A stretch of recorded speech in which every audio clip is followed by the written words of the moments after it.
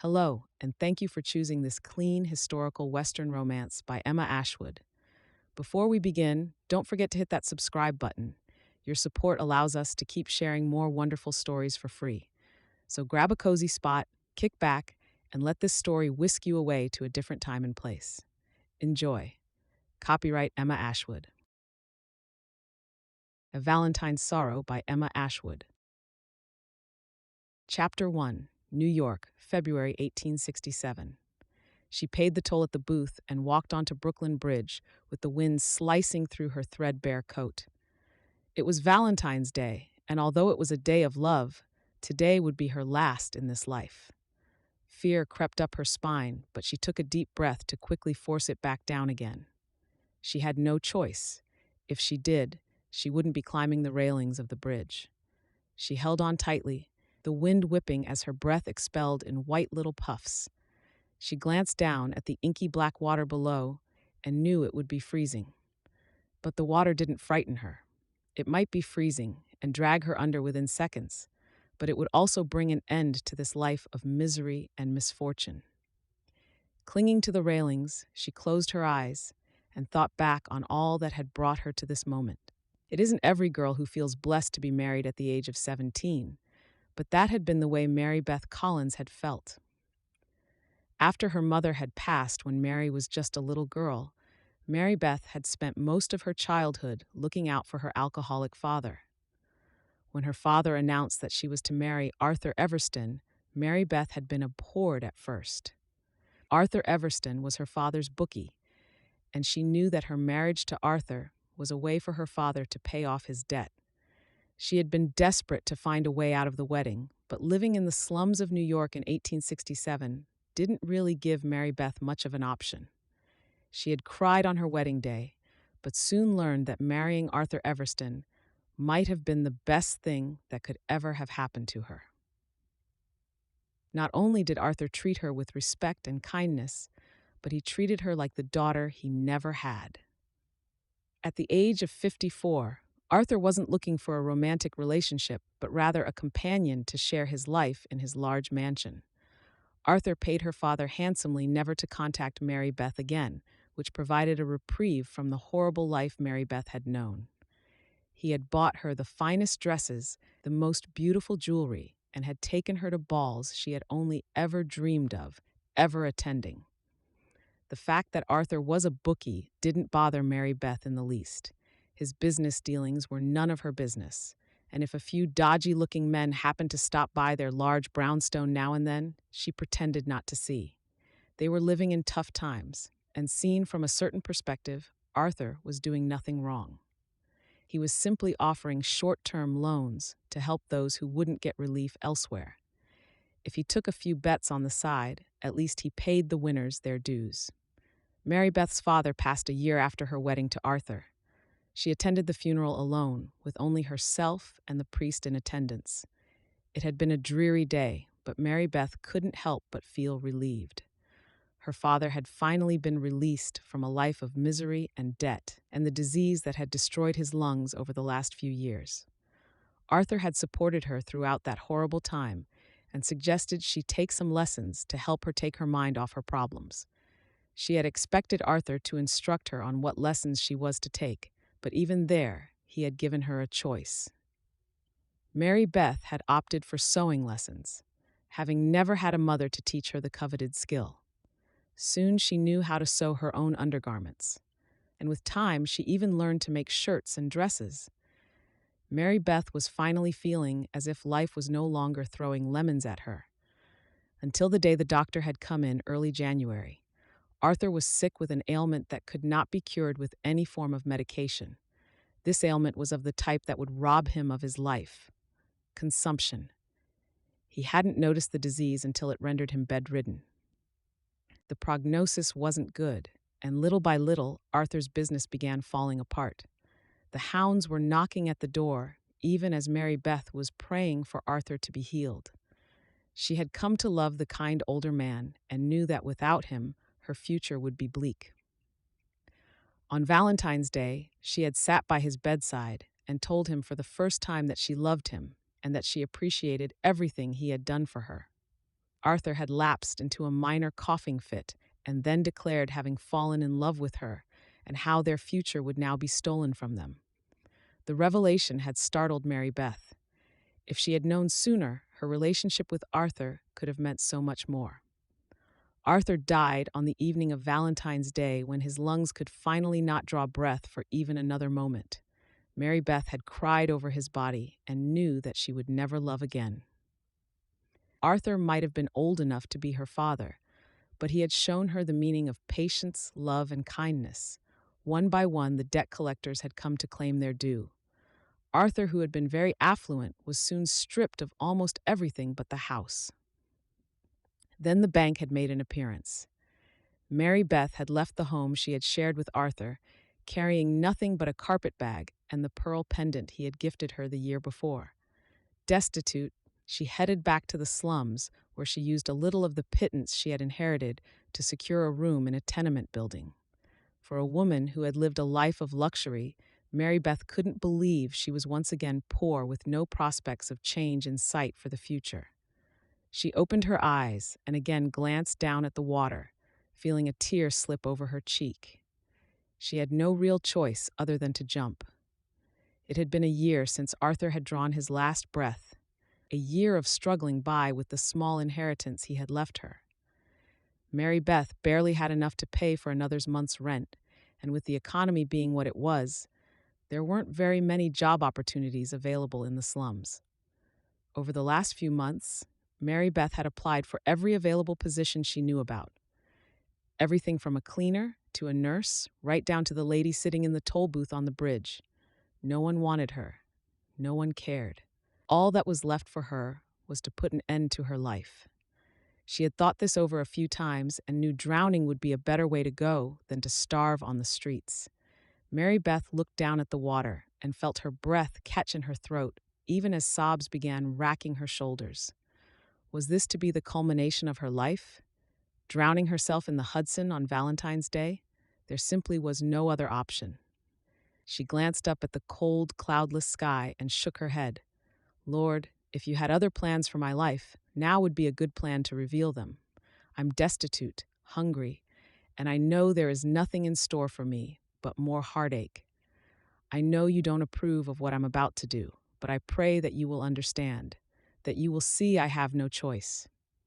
Her breath caught when her foot slipped off the railing. She quickly regained her balance, her heart racing in her chest. In the darkness, she heard a voice. Or was it in her mind? Mary Beth wasn't completely sure, but the voice was as clear as if the speaker was standing right beside her. For I know the plans I have for you, plans to prosper you and to harm you, plans to give you hope and a future. Then you will call on me and pray to me, and I will listen to you. You will seek me and find me when you seek me with all your heart. A frown creased her brow as she brushed away the tears with one hand, almost losing her balance again. That wasn't a voice. That was a verse, she realized, remembering the verse from the Bible, Jeremiah 29:11. A warm blanket of relief folded over Mary Beth. She wasn't going crazy after all. God had simply answered her prayers. She carefully stepped down from the railing, away from the inky black waters rushing below, and took a deep breath. She might not know what that future held, or when the plans might come to fruition, but at least she knew that tonight wasn't the night she would end her life, because God still had plans for her future. Chapter 2. Mary Beth walked home with her coat wrapped tightly around her waist. The night was cold and dark and have her no feeling of hope, but the words of the Lord remained with her. She might not understand what plans God had in store for her, but now at least she could look forward to a future that one day it would no longer resemble the life she was currently living. She walked past men making fires on the side of the road, drunkards being lewd in front of the taverns, and soiled doves offering their promiscuous services. When she reached the lower slums, she was just about to turn the corner onto the street in which her tenement home was located when she saw a man on the corner waving a newspaper. Matrimonial Times. Get your copy today. Handsome bachelors looking for wives all over the country. Special price for tonight only. Mary Beth frowned, shaking her head. The Matrimonial Times was not sold on street corners. This was a chancer trying to make a quick buck. She crossed over to walk on the other side of the road in the hopes of avoiding the opportunist looking for a quick buck to pay for his next drink. She kept her head low, hoping he wouldn't notice her, but once again her luck was out. The man rushed through the muddy thoroughfare towards her. He stopped right in front of her with a toothless smile, smelling of alcohol and tobacco. "Looking for a husband, miss?" Mary Beth quickly shook her head, trying to get away. "No, thank you. I best get home." She tried to maneuver around him, but he was quick on his feet and with a few steps stood in front of her again. "Come on, miss. Just think about it. You can pick a husband like you would a dress with this newspaper. They're only printed every second week, and this is the latest copy. Just a few quid, ma'am." Her heart began to race, wondering if this wasn't an ambush. Could it be that 5 other men were waiting for their chance to jump her at any moment? Were they going to rob her or hurt her? "Miss, you can pick a husband that will bring you happiness, joy, and possibly even prosperity. Think of the future, ma'am." Mary Beth was about to run when something caused her to stop and frown. How was it possible that the man had just promised her the very words that had come to her on the bridge? Wasn't this a sign? Wasn't this God's way of leading her to the plans that would prosper her and not harm her? She shook her head, certain that she was just imagining things through her desperation and her destitute state. Then she remembered what Arthur had once told her. You can't complain about the future if you don't try to create it for yourself. Always think ahead, Mary Beth. Mary Beth reached into her pocket for a few coins, hoping beyond all reason that she was making the right decision. The toothless hawker's smile split his face in two as he handed her the newspaper. "Thank you, ma'am. I hope you find a good one." He shoved the newspaper into Mary Beth's hand and quickly rushed across the street to the tavern. The newspaper was wet, with traces of mud here and there, but she tucked it under her arm and headed home. On the way, she couldn't help but think about all the stories she had heard about women heading out west to find love. Surely it couldn't be that easy. She had heard of girls falling in love with handsome cowboys, others finding love with successful proprietors of shops in gold-rush towns. It sounded too good to be true, and probably was. But as Mary Beth glanced around her at the horrible state of the slums, she couldn't help but admit that anywhere would be better than New York right now. She unlocked her one-room tenement home and stepped inside.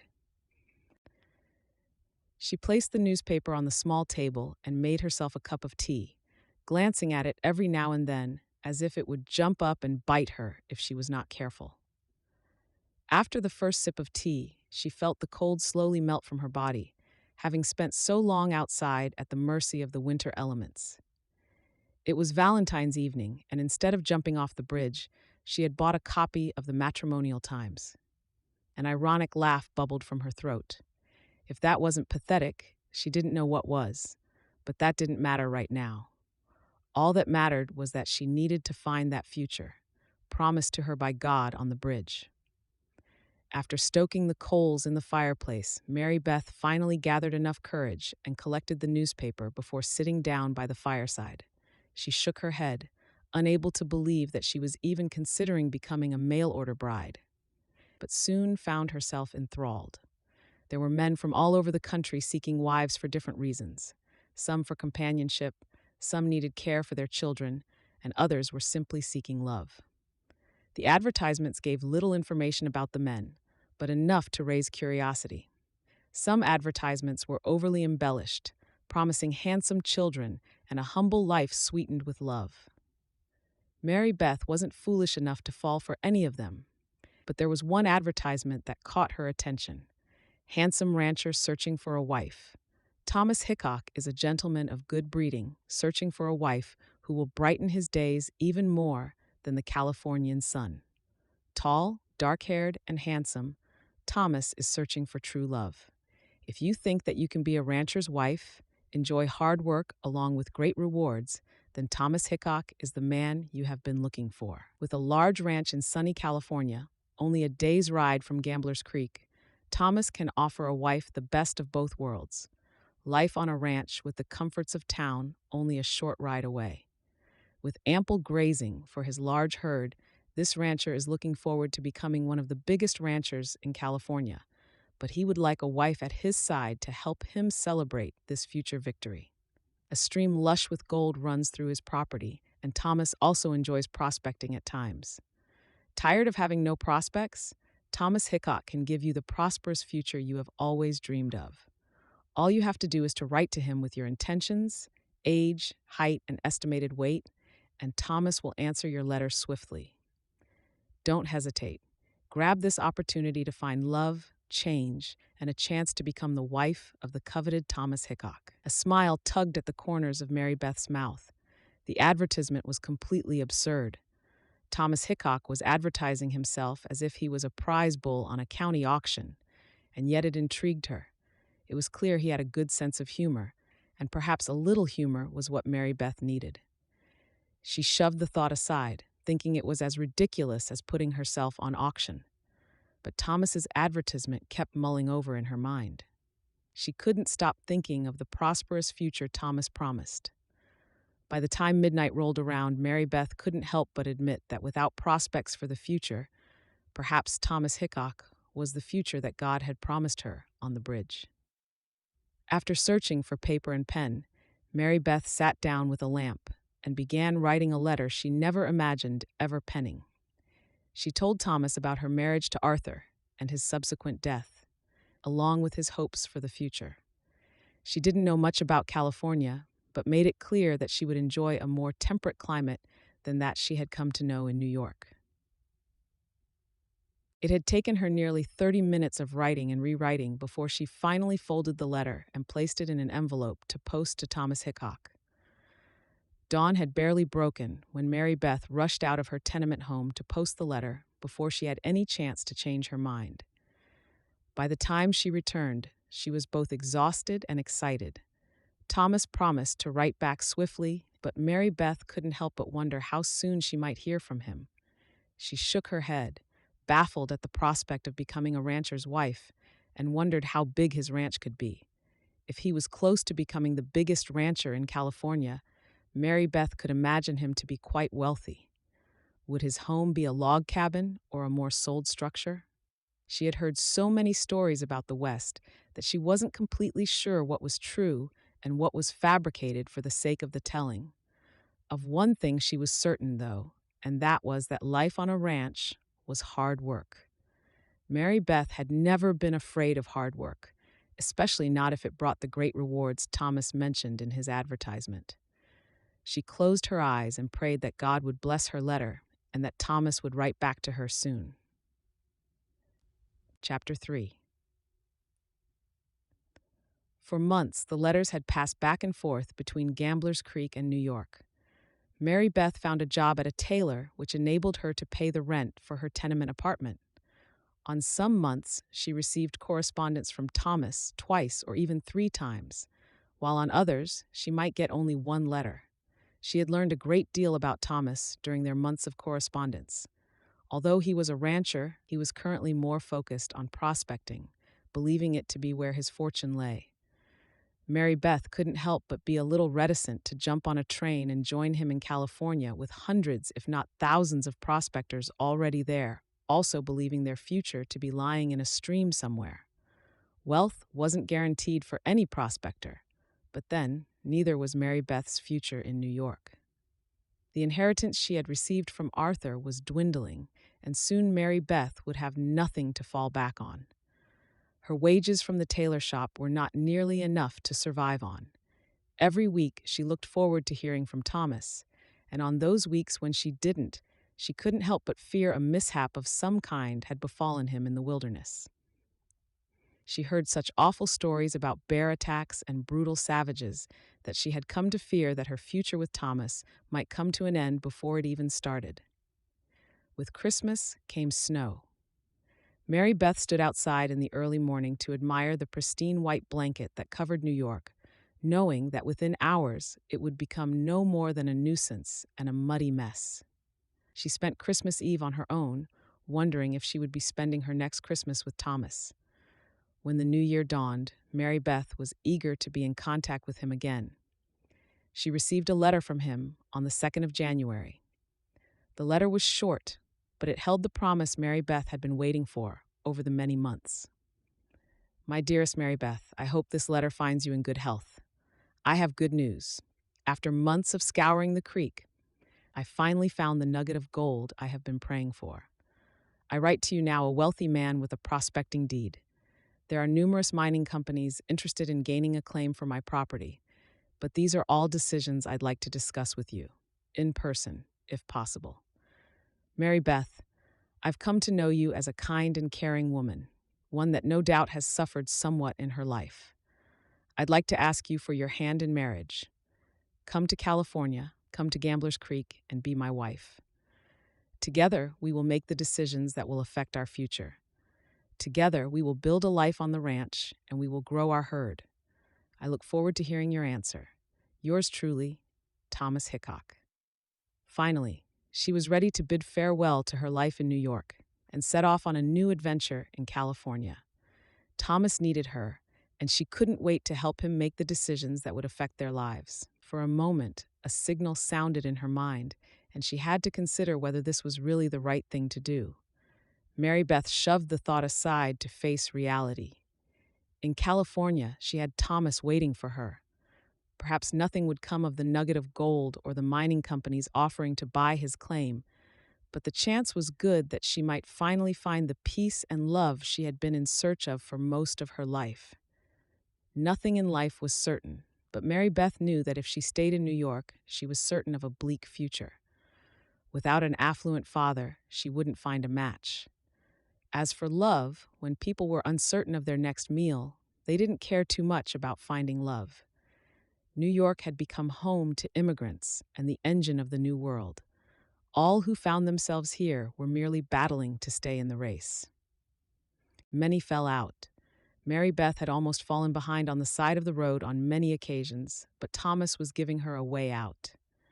She resigned from her job at the tailor and packed her carpet bag before using the last of her money to buy a ticket to California. She boarded the train on a rainy morning. Through the fog and the rain, she bid New York farewell and looked westward to where her new home awaited her. She was both anxious and excited to meet Thomas. Through his letters, he sounded like a nice man, and Mary Beth didn't doubt that they would get along. As for love, she hadn't given that much thought. She believed that in time she would come to love and appreciate Thomas just as she had grown to love and appreciate Arthur. It was a week's journey west, and the train carried other passengers comprised of families and mail-order brides. But Mary Beth kept to herself. She spent her time on the train trying to imagine her new life. After a week on board, the train descended through the hills into California, and Mary Beth was eager to meet her new husband.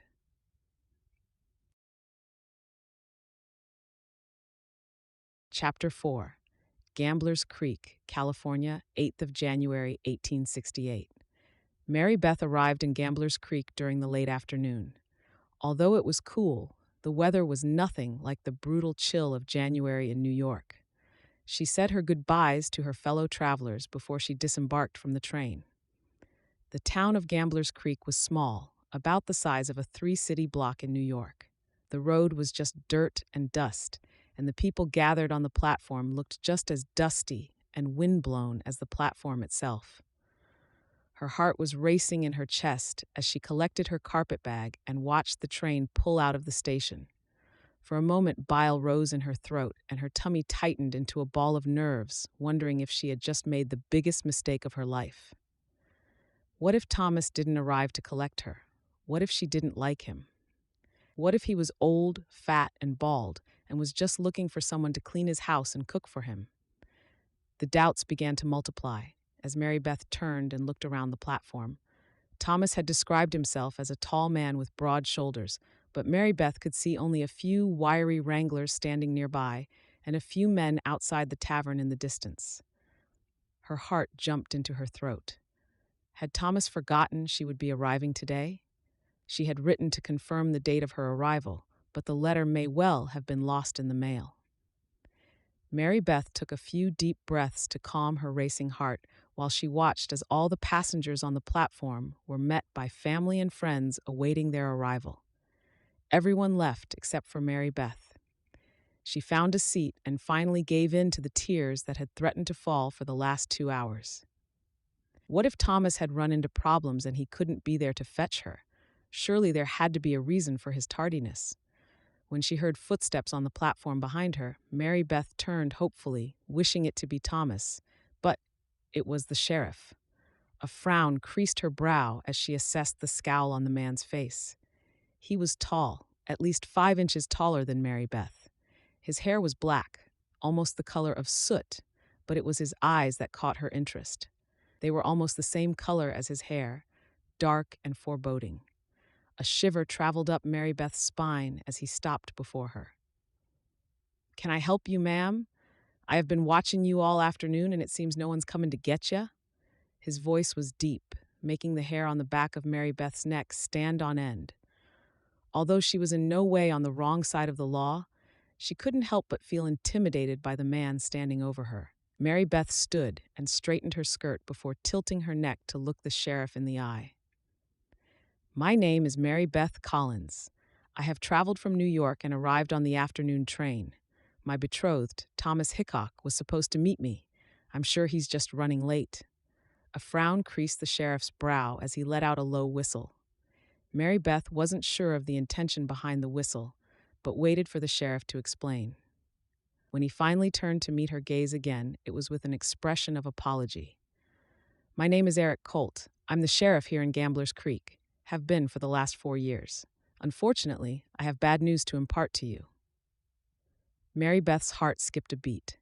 Had something happened to Thomas? Was that why he hadn't been here to meet her train? "Thomas? I think we'd better sit down. There's a bench over there by the ticket booth," Sheriff Colt said with a kind smile as he reached for Mary Beth's carpet bag.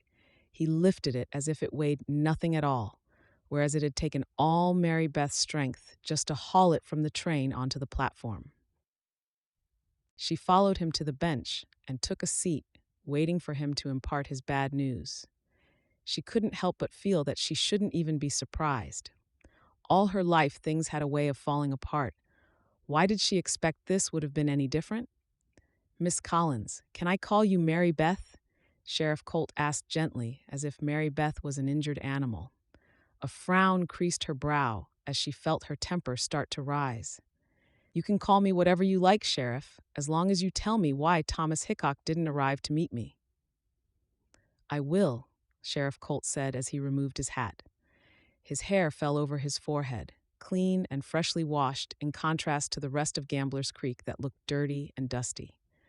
A week ago, the man who called himself Thomas Hickok was arrested. He is being transported to Bodie to stand trial. Mary Beth shook her head. "What do you mean the man who called himself Thomas Hickok? Where is the real Thomas Hickok?" "Murdered, I'm afraid. I know this will come as a shock to you, so I'll try to explain it as best I can. I recently discovered that there was a gang of outlaws in California posting advertisements in the Matrimonial Times in order to lure young, innocent women out west. I, along with a few other marshals, began investigating and soon learned that the gang was operated by a man in Gambler's Creek. You see, the women they lured out west were never intended to become their wives." Sheriff Colt cleared his throat awkwardly. "They were to become soiled doves in some of the area's ill-reputed establishments." A gasp escaped Mary Beth at the thought of that being her fate. "No." "Yes, I'm afraid that's exactly what they did. However, last week we managed to track down the leader of this gang. Turns out Thomas Hickok, a prosperous rancher around these parts, was attacked on his ranch, and the gang leader had assumed his identity." "So Thomas is dead? The real Thomas?" Mary Beth asked in total confusion. None of this made sense. "Yes, I'm afraid you've been corresponding with an outlaw who lured you here under false pretenses," Sheriff Colt said bluntly. Mary Beth felt her hopes dashed. As if to further punctuate her misfortune, the wind picked up and ripped her hat from her head. Sheriff Colt's hand flew out in response, and he very quickly caught it and handed it back to Mary Beth. She shook her head as tears began streaming down her face. She had just left New York and all she knew to start a new life in Gambler's Creek. It had been a gamble, but not one that had paid off. Now she was sitting on a train platform with only her carpet bag and the last few dollars she owned, learning how the man who had promised to take care of her had been an outlaw trying to lure her into a life of sin. Her shoulders began to shake with the sobs from feeling destitute and hopeless. Beside her, the sheriff cleared his throat. "Are you all right?" Mary Beth shook her head before she sniffed and met his gaze. "No, I'm not all right. I have nothing and no one, and now I'm in the middle of nowhere. I thought this was my chance at a new life, but it's proved to be just another cliff I managed to step off of." She let the tears come, without so much as a care about her appearance. She had nothing left to live for. She should have jumped from the bridge that night. At least then she wouldn't die of starvation in a strange town out west. She felt the sheriff awkwardly patting her shoulder and glanced up to notice that his eyes weren't just black. They showed hints of violet as well, almost as if they were the darkest shade of blue that Mary Beth had ever seen. She knew that he was not at fault for all that had happened to her, but she couldn't help but hope that he would find a way to help her out of the mess she had managed to entangle herself in. After all, he had arrested the man who was meant to have collected her from the station. Mary Beth knew she was being foolish, but for the moment, she didn't care. She felt as if the whole world was against her and that she had no chance of surviving the latest storm life had thrown her into the path of. Chapter 5. Eric Colt could not decide which was worse, that the girl at his side might have become the next big attraction in the town's pleasure house, or that she was now destitute and without prospects in his town. His heart ached for her, but he couldn't regret arresting Joey the Brute. For months, the local marshals had been combing California in search of the mastermind behind the horrific hoax that had mail-order brides lured out west for ill-reputable reasons. When he finally found the one responsible hiding right beneath his nose, he had taken pleasure in arresting him.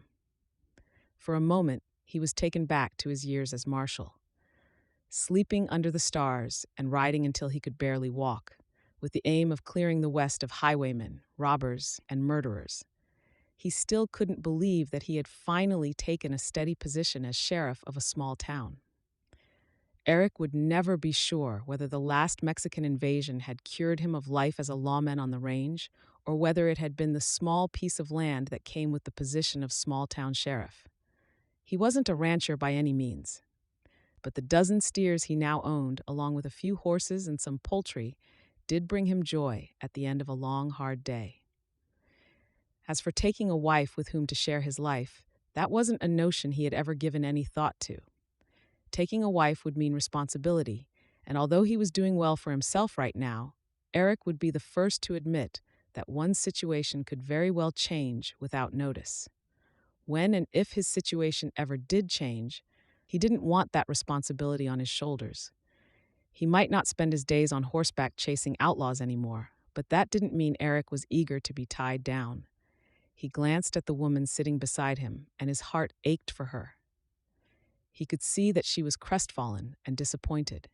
He understood that feeling, but shouldn't she be grateful that he had saved her from an even worse fate? Eric waited until her tears subsided and she had taken a deep breath before he turned to her again. For a moment, his breath caught in his throat.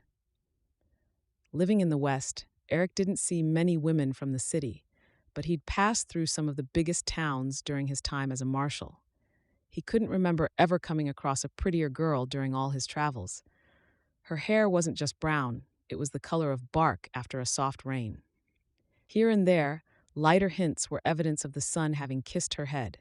Her skin was the color of cream. Obviously, she hadn't spent much time in the California sun up to now. But it was her eyes that made Eric's heart skip a beat. They were the palest blue he had ever come across, almost as if they were translucent with just a touch of cerulean. Right now, they were red-rimmed from crying and looking at Eric as if he had the answers to all the questions in her mind. "What do I do now, Sheriff? I barely have money," Definitely not enough for the train fare back to New York. Besides that, I have nowhere to stay. A wry laugh escaped her. She was apparently becoming either hysterical or finding the humor in her situation. I don't even have money for food, although starvation is sounding pretty good in the scheme of things. Eric let out a sigh, knowing she had just hit the nail on the head with her summary. Two other women who had arrived over the last week in search of Thomas Hickok had very quickly made arrangements to return home, but it was clear that Mary Beth had no one back home, much less enough funds to arrange her own return to New York. Thunder roared overhead, and Eric suddenly realized that they'd been sitting on the platform so long without noticing the clouds drawing together above them or the sky darkening. Judging by the skies. Judging by the skies, Eric guessed it would be 10 to 30 minutes before the heavens would open to pour down on them. He glanced towards the boarding house and turned to Mary Beth. Let's get to the boarding house, and then we'll make a plan. It's bound to start raining very soon, and I'm sure the last thing you want now is to be wet. She didn't answer, but followed him as he carried her carpet bag and headed through the thoroughfare. The boarding house was by no means luxurious, but it was a better option than the saloon. Since Eric had helped the proprietor with boisterous guests in the past, he hoped he would be open to negotiation. He stopped outside the boarding house as thunder clapped overhead again. Miss, before we go inside, I need to know what I'm working with. How much money do you have left?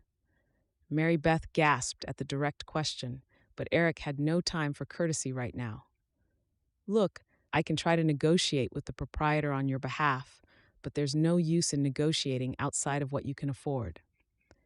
Eric cocked a brow and waited for her answer. She mentioned an amount that would barely get her a week's boarding, and then she reached into her pocket and held out an exquisite pearl pendant. And I have this. Eric let out a low whistle. That's some trinket you have there. Good thing the proprietor has an eye for such things and likes to trade. Eric picked up the carpet bag before turning back to Mary Beth. Come on, let's go find out how much time that trinket can buy you. Don't mention having money just yet. Eric found Lincoln Elm at the front desk and forced a smile. Mr. Elm, seems a storm is moving in. Lincoln nodded with a toothless smile. After falling down the stairs a few years back, he'd had the doc pull his broken teeth. Seems to be. Can't say I'm complaining. A little rain won't hurt. Will mean more boarders for tonight, hopefully. Eric nodded. I'm sure it will. This is Mary Beth Collins. Just come in on the afternoon train. Seems she was lured here by Joey the Brute and his gang. Unfortunately, Miss Collins can't afford to return to New York, and so she's here to make you a very generous business proposition. Eric turned to Mary Beth, who was looking at him in confusion. He smiled and winked at her before turning back to Lincoln. Go on, Mary Beth. Mary Beth opened her mouth to speak, but only managed to stutter, exactly as Eric had hoped. What Miss Collins is trying to say is that she'll exchange a family heirloom for a few months in your boarding house. Lincoln frowned and held up his hands. I'm sorry, Sheriff. I can't go doing no business if there's no cash involved. Are you sure about that, Mr. Elm? The heirloom in question is one of a kind, exquisite pearl and Mayan silver. Eric held out his hand and Mary Beth handed him the pendant. Lincoln almost crawled over the front desk to take a better look when Eric snatched it away. It's worth plenty, Mr. Elm. The question is, how many months' boarding is it worth? Mr. Elm frowned and let out a sigh. Maybe 2, perhaps even 3. Eric shrugged and turned to Mary Beth. Does 3 months sound fair to you? She looked at him with a stunned expression, and Eric smiled before turning back to Lincoln. 3 months it is. I don't want you going back on this deal, Mr. Elm. You hear me? Lincoln nodded eagerly as he held his hand out for the pendant. Mary Beth handed it over, and Lincoln handed her a key. Glad that a deal could be made, Eric waited until Lincoln scurried to his office to secure the pendant before turning to Mary Beth. Welcome to Gambler's Creek. Mary Beth shook her head. I'm not sure that pendant is worth all that much. In 7%. Some things are worth double in the West, and others are worth nothing. Lucky for you, exquisite pearl jewelry is worth a man's ranch in the right circles. If you need anything else, Miss Collins, you can find me at the sheriff's office. I'm sure you'd like to wash up and rest after your long journey." Mary Beth nodded, but didn't move. For a moment, Eric considered inviting her to dinner, but quickly pushed the thought aside. He didn't know her and wasn't responsible for her. But that didn't explain why he already felt as if he wanted to protect her. Chapter 6. Gamblers Creek, California, 15th of January, 1868. Mary Beth wasn't enjoying the prosperous future she had envisioned she would have in Gamblers Creek, but she was enjoying it more than she enjoyed the slums of New York. Apart from the weather that was less dreary and miserable than in New York, the people of Gamblers Creek were kind, if a little rough. After the sheriff had been kind enough to arrange for her to stay at the boarding house, Mary Beth no longer had to worry about a roof over her head for the coming months. She spent her days wandering up and down the streets of the town, getting to know some of the shop owners. She bought only what she needed, since having no source of income required her to keep her money for as long as possible. Mr.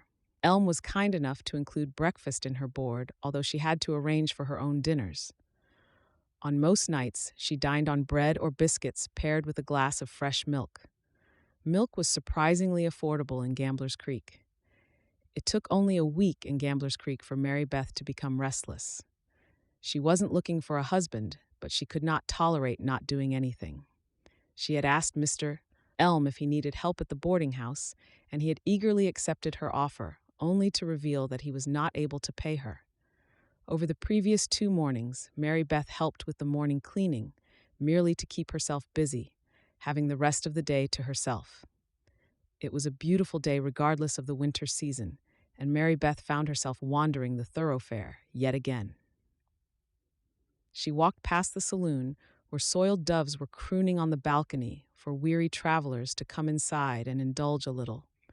A chill ran down her spine, thinking she might have ended up there had Sheriff Colt not arrested Joey the Brute and his gang. She glanced up at the cloudless sky and wondered what God had in store for her.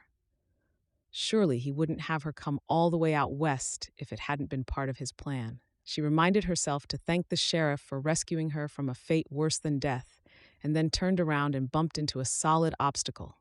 A gasp escaped her even as 2 strong hands closed over her arms to prevent her from falling over. "Miss Collins, better watch where you're going." She glanced up into the sheriff's handsome face, and her heart skipped a beat even as a blush colored her cheeks. She couldn't remember ever being as attracted to a man and had to blink repeatedly to gain her composure. "Sheriff Colt, I'm so sorry for my clumsiness." "It's not a problem. Gamblers Creek been treating you well?" Mary Beth nodded with a hint of a smile. "Very well. Actually, I was just thinking that I hadn't thanked you yet. The day I arrived was such a confusion that I didn't even stop to thank you for stepping in to help. Thank you, Sheriff. Your kindness is truly appreciated." The sheriff withdrew his hat and ran a hand through his thick black hair. "You can thank me by not calling me sheriff. No one else does. It's just Eric." Mary Beth felt her smile widen. His name suited his character, strong and definitive. "Eric, thank you." "My pleasure. Mr. Elm treating you well?" Eric asked, replacing his hat. "Yes, he is. The boarding house is lovely." Mary Beth wouldn't reveal that she had come from the slums of New York and that her tenement room had smelt of mold even in summer. "I'm just becoming a little restless, having nothing to do." Eric nodded. "Are you planning on staying, or are you saving up to leave Gamblers Creek?" Mary Beth frowned. She hadn't really given it much thought as yet, but glancing up and down the thoroughfare, she couldn't help a smile form on her face. 7%.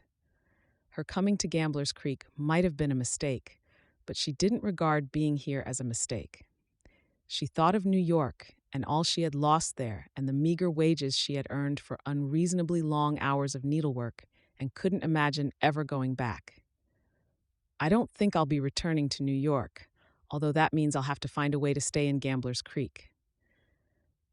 "Best start hunting for employment then," Eric said with a wink. Mary Beth's heart skipped a beat. Was Eric even aware of how handsome he was when he flashed that smile and paired it with a wink? "Employment?" she asked, mulling over the idea in her mind. I asked Mr. Elm, but he can't afford to hire help at the moment. Eric leaned closer and whispered in a conspiring tone, Mr. Elm's isn't the only business in Gambler's Creek. Why? We have the merchant store, the tailor, the newspaper, and we even have the livery, although I'm not sure if a livery is the place for a lady. A blush colored Mary Beth's cheeks. No one had ever called her a lady except for Arthur. You're right. If I'm going to stay, I had best start asking around. Eric tipped his hat and smiled. I'll look forward to seeing you around then. Eric walked away, and Mary Beth immediately saw Gambler's Creek through new eyes. No longer was it a symbol of yet another disappointment in her life. Suddenly, it was a symbol of her future. She glanced at the various shops and businesses, of which there were many along the thoroughfare. Although Gambler's Creek wasn't as big as Body or the other booming towns in the West, it offered quite a selection. At least 15 were evident from her immediate vantage point. Instead of wandering without purpose, Mary Beth took a deep breath and took her first step towards a future she could secure for herself. Without giving it a second thought, she crossed the dirt road towards the tailor. She had worked as a seamstress before and was confident in her sewing skills. All she need do was convince the proprietor of her skills. She turned and caught sight of Eric stepping into the sheriff's office across the road and couldn't help but smile. He didn't have to be kind to her, but he was. A smile tugged at the corners of her mouth, and Mary Beth knew that when she returned to the boarding house later that afternoon, she would allow herself to think over the way her heart had skipped a beat at his smile. The feeling had been so unexpected, so unfamiliar, that it had caught her off guard, but Mary Beth would be prepared should it happen again. Although she wasn't sure she would ever be prepared for the way in which her heart had swelled in her chest when his gaze had met hers. Something about the sheriff made her wonder whether her happily ever after was possibly right here in Gambler's Creek. She opened the door to the tailor and knew she would never know if she didn't start taking that future into her own hands. Chapter 7. Gambler's Creek, California, 27th of February, 1868. Mary Beth arrived at the tailor a little after 8 in the morning. She only started working at 9 in the mornings, but she was eager to finish the dress shirt she had started altering the day before.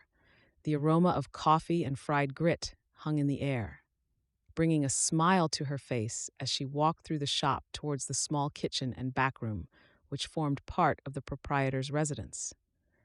She had walked into the tailor more than a month before and had been slightly intimidated by Peter Maddock. He was probably the oldest man Mary Beth had ever encountered. He had large protruding ears, and his skin was marred with deep grooves from years in the California sun. But once he started talking, Mary Beth realized that Peter Maddock was a kind old man. He offered her a position as a seamstress, and she considered herself fortunate that he had been on the lookout for a capable seamstress for many months. On her first day, she hadn't been sure what she was allowed to do and what Peter preferred to do himself, but by the third day, they fell into an easy rhythm. Peter saw to the customers while Mary Beth worked on the alterations. The arrangement suited her perfectly because she was still a little overwhelmed by some of the rough cowboys who frequented Gambler's Creek. Peter had set up a station for her in the back of the shop, where she enjoyed working with the sunlight streaming in through the window. Her days were spent making good use of her talent and training, while her evenings were spent pondering what the future might hold for her. Mary Beth still couldn't believe how close she had come to an unspeakable future. Had it not been for Eric, as she now referred to him, heaven only knows what would have become of her. A sigh escaped her as she took her seat at the table and threaded a needle to begin working. It was hard to believe all that had happened to her over the last few years. First, her marriage to Arthur, then losing Arthur, mourning Arthur, and considering suicide before grasping at a lifeline that would quite possibly have proven worse than suicide. She glanced up at the clouds in the Californian sky and shook her head. Her angels were working overtime. She had no idea what the future held, but she couldn't help but believe that God would hold true on his promise. Her future would be prosperous and happy. It was just a matter of time before things began falling into place. They had to, she thought to herself. But this time she wasn't going to wait. She was taking matters into her own hands. She had found herself a job and was done looking for love or a husband. With the wages Peter was paying her, she could save to pay for her room and board in advance. Mary Beth was done waiting for a prince on a white horse to sweep her off her feet. She believed there was such a thing as true love, but right now that wasn't on the cards for her. "There you are," Peter said, appearing at her side. "I didn't even hear you come in." Mary Beth shrugged. "I tried not to bother you since I was early."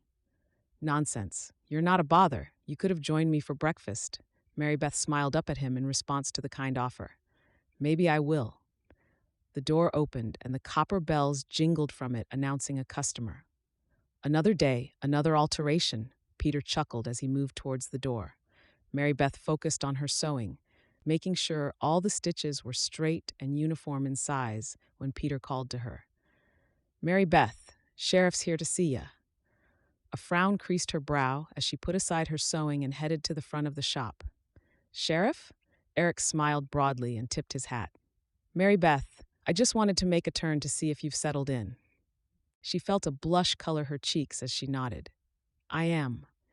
Peter was kind enough to offer me the position of a seamstress." Peter nodded. "She won't be causing you no trouble, Sheriff. Isn't that right, Mary Beth?" Mary Beth smiled. "I promise I won't." Eric chuckled softly. "Walk me out?" For a moment, Mary Beth felt flustered. Why would the sheriff want her to walk him out? She glanced at Peter, who was frowning while gesturing to her with a shooing motion.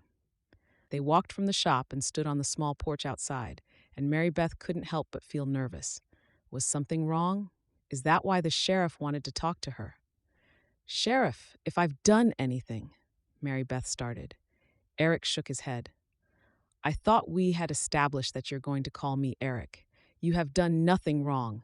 I just wanted to find out how you're settling in. Peter can be a tyrant, but he's actually got a very big heart." Mary Beth nodded in agreement. "He's very kind." Although Mary Beth had seen Eric in town a few times, this was their first time conversing since her arrival in Gambler's Creek. She searched his dark brown eyes and couldn't fathom why he made her heart flutter in her chest. "Still no plans to leave?" Eric asked with a grin. Mary Beth glanced up and down the thoroughfare before she shook her head. "I've been in Gambler's Creek for a little over a month, and I'm confident that I won't be leaving unless something changes, and I have to. I'm sure that won't happen. Mr. Elm mentions you're such a great help at the boarding house as well." "I help where I can." Mary Beth shrugged. Helping to cook dinner was more helping herself than Mr. Elm. Whatever his cook cooked up in that kitchen was inedible most of the time. "Well, if you need anything, you be sure to holler." Eric flashed her a beaming smile that made her heart skip a beat before he tipped his hat and headed back to the sheriff's office. She watched him walk away and wondered if he checked in on all the new residents of Gambler's Creek. A smile lifted the corners of her mouth. She had a feeling he didn't. She wasn't looking for love. She'd already been burned twice, but she couldn't help but wonder if Eric Colt had a sweetheart. Mary Beth quickly shoved the thought aside and headed back into the tailor. "You know the sheriff?" Peter asked, almost as soon as she closed the door behind her. "I met him when I arrived in Gambler's Creek. He helped me secure my room at the boarding house." Peter nodded, but his brow was furrowed. "Seems to me the sheriff is taking very good care of Gambler's Creek newest resident." Mary Beth couldn't help but smile. He's a good man. She headed back to her workstation and picked up the shirt and the needle. But as she sewed, she couldn't stop thinking about the sheriff, with ink-black hair and chocolate-brown eyes. Chapter 8. Gamblers Creek, California, 4th of July, 1868. Mary Beth could hear the celebrations that had started up during the early morning at the saloon. In New York, the 4th of July was celebrated with fireworks and parades through the streets of the city, but in Gambler's Creek it was celebrated by gunshots, racing horses through the thoroughfare, and an influx of travelers and cowboys, all eager to celebrate the day. But over at the tailor, Mary Beth was grateful to not be outside. Although she had become accustomed to the rough crowd that sometimes frequented the saloon, she couldn't help but feel intimidated by them on such days as this. She glanced out the window, hoping to see Eric, but he was nowhere in sight. She had no doubt that he was probably over at the saloon trying to calm the rowdy mob. In the 6 months she'd been a resident of Gambler's Creek, she had slowly started making a life for herself here. She had a good job and felt honored to have a few friends. Peter had become like a father to her, and Mr. Elm, her landlord, filled the position of a brother. Although he had run the boarding house for years with success, Mary Beth couldn't imagine how. Perhaps the expectations of his guests in the West weren't that high to begin with, but with Mary Beth's help, he had raised the bar. After her 3 months of negotiated stay was up, Mary Beth continued to help around the boarding house in lieu of a discount on her board and lodging. The boarding house that had once been dusty and offered less than edible food now had a full-time cleaner, and under Mary Beth's tutoring, the cook had even upped his culinary skills. It was only the sheriff she had yet to place in a category. She wouldn't exactly call Eric a friend, although he stopped by the tailor a few times a week to check on her. She would also not classify him as brotherly, regardless of Mary Beth not having had a brother. She knew that a brother wouldn't have caused her heart to skip a beat whenever she saw him. Eric ran Gambler's Creek with a firm hand and soft words.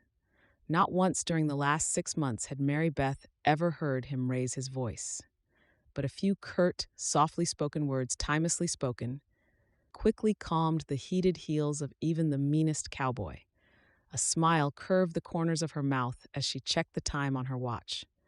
It was almost noon, and regardless of the celebrations that were underway, she was going to look at a small one-bedroomed cabin today. The owner, an elderly woman who had lost her husband a few months ago, was heading back to Missouri to be with her family. She didn't want to sell the cabin she and her husband had built from scratch, but she was willing to discuss leasing terms. Mary Beth didn't know if she could afford to lease the cabin, but she prayed that God would help her find a way to make it happen. Although she felt welcome at the boarding house, she was tired of drunk men clambering up the stairs at all hours of the day and night. She wanted a kitchen in which she could cook her own meals, and a chair by the window which she wouldn't have to vacate whenever Mr. Elm cocked a brow for her to give the other guests a chance. She put away her sewing and went in search of Peter, who she found dusting off a coat in the front of the shop. "I promise I won't be long." Peter stopped his dusting and turned to her with a concerned look. "I don't think it's right for you to live in a house all on your own. A woman should live with a husband." Mary Beth chuckled at his reasoning. "I've tried the husband thing twice, and it didn't work out. It's time I took care of myself, Peter. Besides, it's not like I'm going to live on a ranch in the middle of nowhere. It's just a block away from the shop, and I could even invite you over to dinner." Prosody, Peter nodded, although he was looking out the window rather than at Mary Beth. "Perhaps you should reconsider the whole husband thing. I know you've had a bad run of it, but you're young, and so is he." Mary Beth frowned as she followed Peter's gaze and was surprised to see Eric crossing the thoroughfare. "No, thank you. The sheriff isn't interested in courting me. Suit yourself, but I have eyes in me head and I know what they see. That man's been coming by this shop more frequently in the last 6 months than he has in the last 5 years. He's not coming for the wares I offer, Mary Beth. He comes to see you." "He's just being kind to a newcomer, is all," Mary Beth quickly said, although her heart was racing a mile a minute. She liked Eric, but she never imagined he might have the same feelings for her. "How about the other newcomers? We've got the Smith family from Texas who just moved onto the ranch on the other side of town. There's a new fellow working at the saloon, and that isn't even to mention the man who took over the newspaper. The sheriff's got a special interest in you. Perhaps you should hold off with leasing the cabin for the moment yet." Mary Beth fixed a smile on her face, not wanting Peter to see how his suggestion had struck her. "I'll be fine, and as I said, I'm done waiting for Prince Charming." She picked up her satchel and headed outside. As soon as she stepped out of the shop, Eric approached. "Mary Beth, heading somewhere?" Yes, I'm going to look at the cabin that's available for leasing, Mary Beth said, clutching her satchel even tighter. Whenever she saw Eric Colt, he somehow appeared even more attractive than before. What was it about him that put her nerves on edge and her heart develop arrhythmia? Care for company? Might be good to have a man take a look at the cabin to make sure it's still livable. A laugh escaped her even as she wondered if Peter was right. Did Eric offer to accompany all the newcomers who were considering leasing a cabin? That won't be necessary. I'm sure you have plenty of other things to do. Eric shrugged. Probably, but I'd rather go with you. Their eyes met, and for a moment everything else disappeared. The thoroughfare, the noise, even the bouquet of summer that hung in the air. Her thoughts and emotions centered entirely on Eric's proximity. He had the scent of the range and hard work, and his dark eyes were searching hers. Her heart swelled in her chest, startling her with the intensity. She quickly stepped back and tried to summon a smile. If you're sure. He didn't answer, but fell into step beside her instead. While they walked, Eric told her of the ruckus at the saloon that morning when two rival gangs of bandits arrived at the same time. After much debate, Eric had asked both gangs to leave, despite the saloon owner's protests. I know he would have made a few bucks today, but the safety of Gambler's Creek comes first. The inhabitants of Gambler's Creek appreciate your service, Mary Beth said as they approached the cabin. Excitement pulsed through her veins when she imagined herself calling it home. They were welcomed by the widow, who offered Mary Beth a quick tour while Eric inspected the external structure. It was small, but quite big enough for Mary Beth. It boasted a large fireplace in which she could make a fire during winter, while during the summers she could open the windows and allow the breeze to blow through as it was now. It also had one bedroom and a small kitchen adjacent to a sitting area. When Mary Beth turned and noticed the chair beside the window, a smile broke across her face. I'll take it. We haven't spoken of terms yet? The widow asked, dumbfounded. Nakel Tremin. Whatever your terms, I'll try and make it work. This is perfect. Eric chuckled, and Mary Beth realized she hadn't even noticed that he had stepped inside. The widow shrugged and started naming her terms and how the postal order for the money should be sent to Missouri every month. Mary Beth wholeheartedly agreed to it all. Since the sheriff was there as witness, a deal was immediately struck. The widow would be on the next train to Missouri, and Mary Beth would start packing to finally move into a place of her own. She was brimming with excitement like a cup running over. All her life she had depended on men to make her life easier. And for the first time, she was the one to make it happen. That sense of achievement and independence brought her more satisfaction than anything else ever had. They headed back to the tailor together, and Eric chuckled under his breath. You'd swear you just won the gamble of your life. Mary Beth laughed. I did, and finally it feels like I have a future to look forward to. Eric held her gaze and cleared his throat. I feel the same way. Every now and then he would say something that caught her off guard. She could never be sure if he was trying to tell her something or if he was just being nice. But right now, Mary Beth wondered if he was looking forward to the future because she was staying in Gambler's Creek for good. Chapter 9. Gambler's Creek, California, 2nd of September, 1868. It was Mary Beth's first dinner party as hostess, and she couldn't help but be anxious. She knew her friends wouldn't judge her, but she couldn't help but want everything to be perfect. The table had been a gift from Peter on the day she moved in, and tonight she would be using it to serve a simple meal of meat and biscuits to her friends. She had been considering hosting a dinner party since her first night in her new home, but had held back because she wanted to save up to make the evening special. So even as autumn blew summer far from the Californian plains, Mary Beth was removing the biscuits from the oven. A fire was happily crackling in the hearth, and the scented orange rinds she had bought from the Oriental in town gave her home a welcoming scent. For a brief moment, she wondered what Eric was doing. More and more over the last few months, she had looked forward to seeing him. He still stopped by the tailor on most days, and regardless of Peter's teasing, Mary Beth was certain he was just being friendly. But at night, when she came to her cabin and dined alone, she couldn't help but wish for his company. She had come to know Eric as a kind man with the heart of a lion. She had learned somewhat about his past as a marshal and couldn't help but be grateful that he had survived those years of his life. Mary Beth was no longer a young girl with stars in her eyes, but she knew that the way her heart danced in Eric's presence indicated more than just friendly affection. She liked Eric, but she wouldn't place all her hopes and dreams on a man ever again. They could let you down. If they didn't let you down, they could die.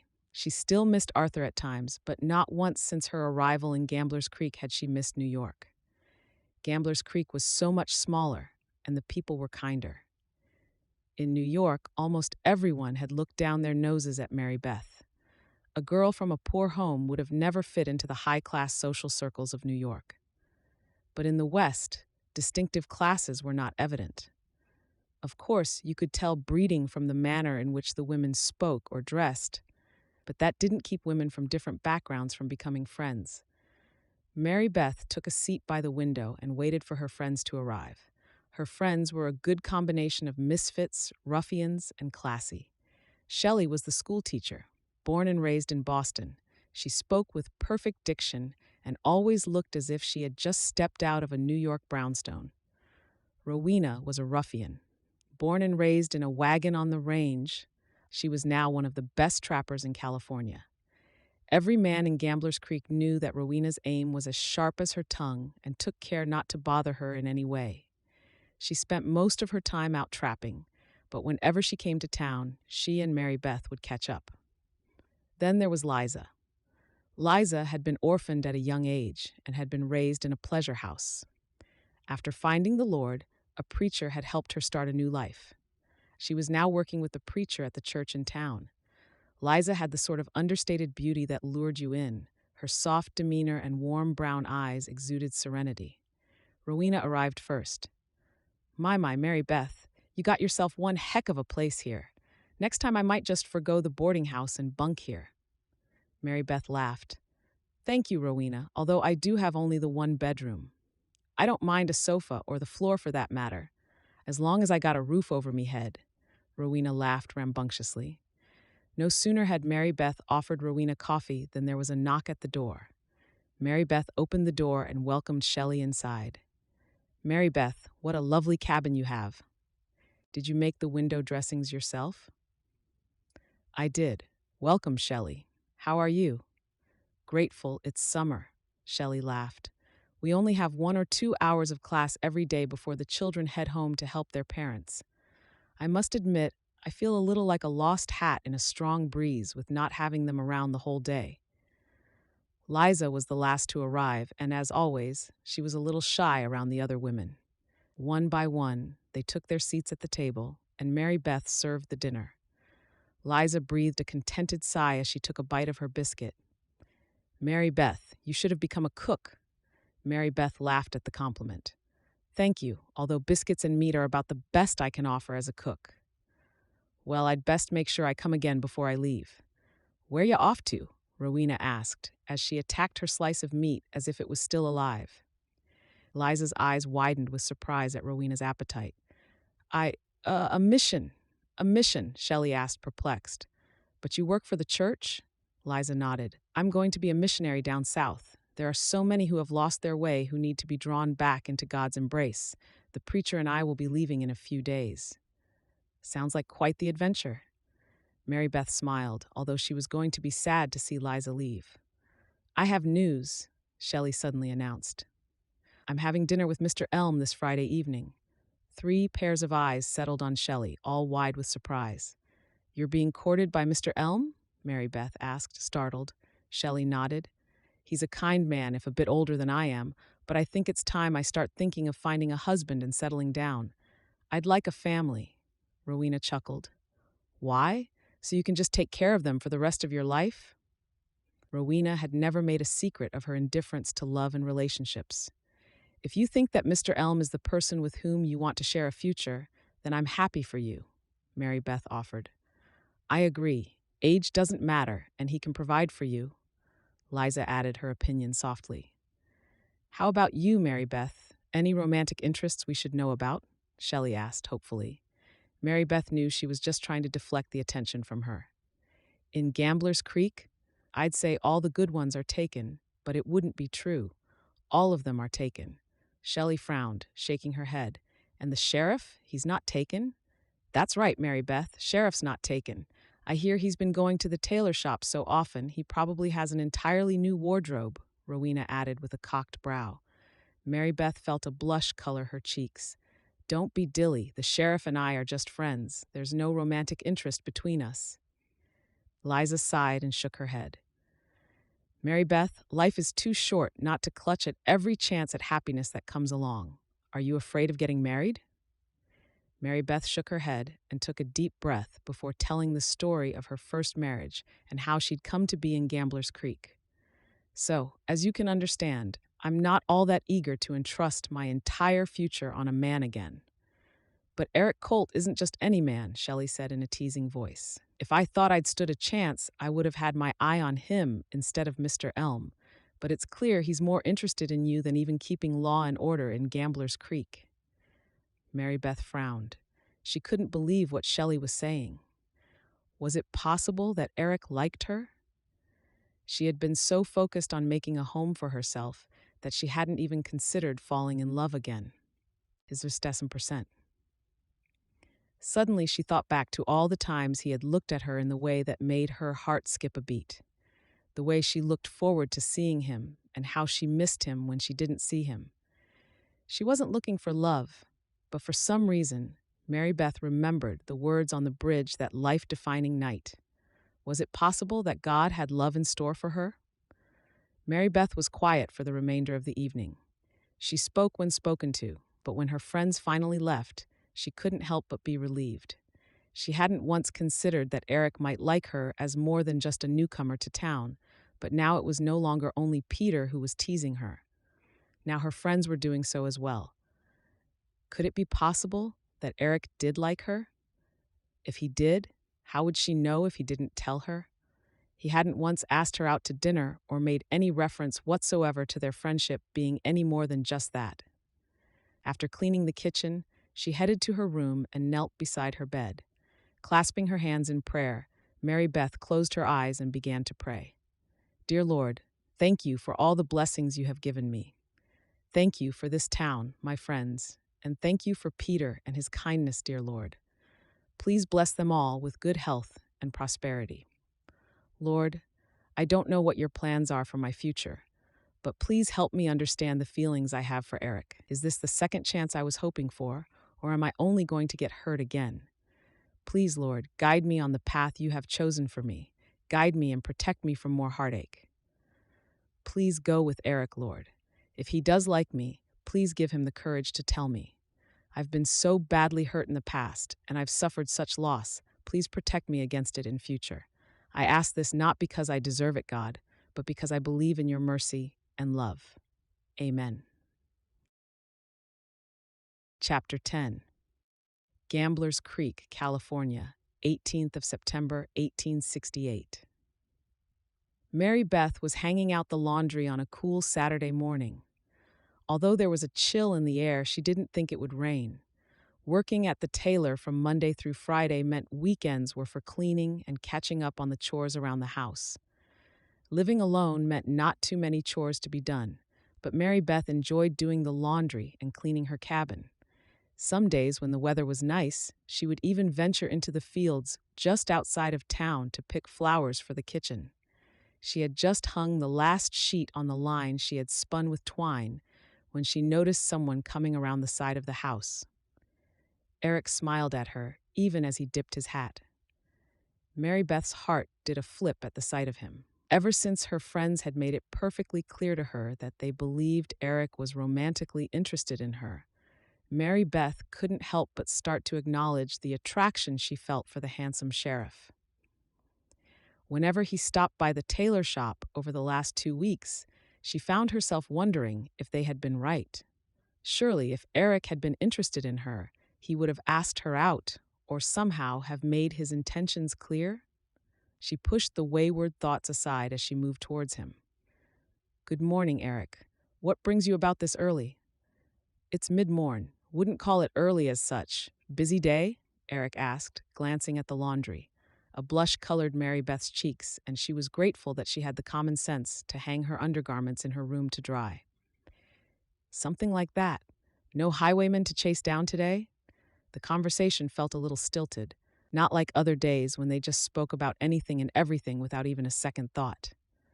Not today? No. Eric scuffed his boot in the dirt before meeting Mary Beth's gaze again.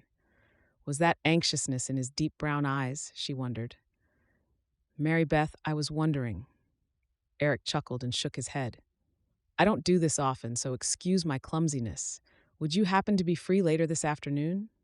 Mary Beth frowned. She didn't want to get her hopes up, but she had to admit to being unsure of what he was asking of her. I might be. Depends on what's going to happen. I was hoping you'd like to join me on my wagon. Thought we might drive down to the creek? Gambler's Creek? Mary Beth asked excitedly. She had yet to see the creek after which the town was named, despite having lived in town for so long. I thought it had run dry and didn't even exist even more. Where do you think the water wagon gets its water? Eric asked with a teasing grin. Right, Mary Beth said, feeling foolish. I'd love to see it, Eric. Great, I'll pick you up at about 1. Mary Beth nodded, and before she could say another word, Eric had walked away. She was left staring after him, unsure whether they were going on a date or whether he was simply going to show her the creek. She finished her chores in record time, and by the time Eric arrived, she was dressed in one of the pretty dresses Arthur had bought for her, donning a hat for the occasion. Eric had cleaned up a little.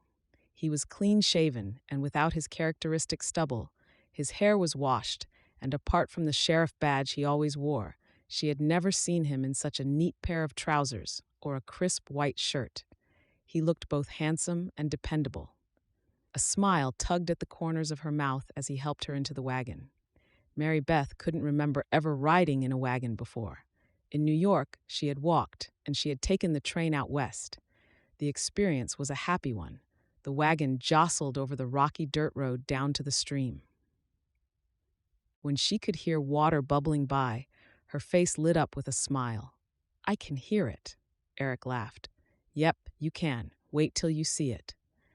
When the shrubs and bushes cleared to expose a small spot by the river, Mary Beth's breath simply caught. It was the most beautiful sight she'd ever seen.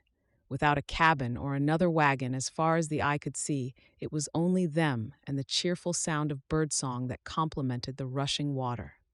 She shook her head, her mind blown by the beauty of nature as she turned to Eric. Eric, this is spectacular. I've never seen such a beautiful sight in my whole life. Eric didn't look at the river. He was searching Mary Beth's gaze when he answered. Neither have I. Mary Beth forgot about Gambler's Creek and the beauty of it as her heart skipped a beat. Neither looked away for a few moments until Mary Beth finally cleared her throat. She felt as if she had a connection with Eric, as if, without saying a word, he understood what she wanted to say. Was this what love felt like, or was she perhaps falling in love? Mary Beth pondered it while Eric jumped off and moved around the wagon to help her down. He placed both hands on her waist and lifted her off the wagon as if she weighed no more than a baby bird. When both her feet touched the ground, she looked up into his dark brown eyes and felt her heart swell with hope. Perhaps she might find that Prince charming after all. Eric didn't let go of her waist just yet. Instead, he searched her eyes before speaking in barely more than a whisper. I like you, Mary Beth, more than I've ever liked a girl before. Her heart raced at the words, as a smile slowly spread on her mouth. She could hear from the hesitation in his voice that he wasn't used to declaring such tender words. I like you too, Eric. He stepped back, letting his hands drop to his sides as a charming grin formed on his mouth. That's good to hear, or it would have been an awkward afternoon by the creek. Just like that, Mary Beth knew that her friends had been right. The sheriff of Gambler's Creek wasn't just taking an interest in a newcomer. He was taking an interest in Mary Beth as a woman. He had taken his time, but Mary Beth didn't mind being patient, especially if the reward could be falling in love with Eric Colt. Chapter 11. Gamblers Creek, California, 14th December, 1868. Mary Beth was hanging out the laundry on a cool Saturday morning. Although there was a chill in the air, she didn't think it would rain. Working at the tailor from Monday through Friday meant weekends were for cleaning and catching up on the chores around the house. Living alone meant not too many chores to be done. But Mary Beth enjoyed doing the laundry and cleaning her cabin. Some days, when the weather was nice, she would even venture into the fields just outside of town to pick flowers for the kitchen. She had just hung the last sheet on the line she had spun with twine when she noticed someone coming around the side of the house. Eric smiled at her, even as he dipped his hat. Mary Beth's heart did a flip at the sight of him. Ever since her friends had made it perfectly clear to her that they believed Eric was romantically interested in her, Mary Beth couldn't help but start to acknowledge the attraction she felt for the handsome sheriff. Whenever he stopped by the tailor shop over the last 2 weeks, she found herself wondering if they had been right. Surely, if Eric had been interested in her, he would have asked her out or somehow have made his intentions clear. She pushed the wayward thoughts aside as she moved towards him. "Good morning, Eric. What brings you about this early?" "It's mid-morn. Wouldn't call it early as such." "Busy day?" Eric asked, glancing at the laundry. A blush colored Mary Beth's cheeks, and she was grateful that she had the common sense to hang her undergarments in her room to dry. "Something like that. No highwayman to chase down today?" The conversation felt a little stilted, not like other days when they just spoke about anything and everything without even a second thought. "Not today, no." Eric scuffed his boot in the dirt before meeting Mary Beth's gaze again. Was that anxiousness in his deep brown eyes, she wondered. "Mary Beth, I was wondering." Eric chuckled and shook his head. "I don't do this often, so excuse my clumsiness. Would you happen to be free later this afternoon?" Mary Beth frowned. She didn't want to get her hopes up, but she had to admit to being unsure of what he was asking of her. "I might be. Depends on what's going to happen."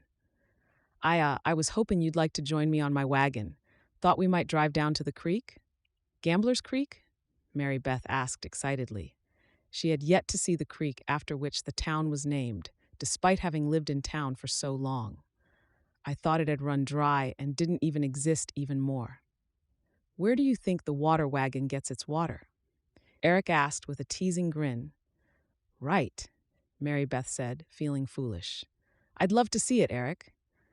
"Great. I'll pick you up at about 1?" Mary Beth nodded, and before she could say another word, Eric had walked away. She was left staring after him, unsure whether they were going on a date or whether he was simply going to show her the creek. She finished her chores in record time, and by the time Eric arrived, she was dressed in one of the pretty dresses Arthur had bought for her, donning a hat for the occasion. Eric had cleaned up a little. He was clean-shaven, and without his characteristic stubble, his hair was washed, and apart from the sheriff badge he always wore, she had never seen him in such a neat pair of trousers or a crisp white shirt. He looked both handsome and dependable. A smile tugged at the corners of her mouth as he helped her into the wagon. Mary Beth couldn't remember ever riding in a wagon before. In New York, she had walked, and she had taken the train out west. The experience was a happy one. The wagon jostled over the rocky dirt road down to the stream. When she could hear water bubbling by, her face lit up with a smile. "I can hear it," Eric laughed. "Yep, you can. Wait till you see it." When the shrubs and bushes cleared to expose a small spot by the river, Mary Beth's breath simply caught. It was the most beautiful sight she'd ever seen. Without a cabin or another wagon as far as the eye could see, it was only them and the cheerful sound of birdsong that complemented the rushing water. She shook her head, her mind blown by the beauty of nature as she turned to Eric. "Eric, this is spectacular. I've never seen such a beautiful sight in my whole life." Eric didn't look at the river. He was searching Mary Beth's gaze when he answered, "Neither have I." Mary Beth forgot about Gambler's Creek and the beauty of it as her heart skipped a beat. Neither looked away for a few moments until Mary Beth finally cleared her throat.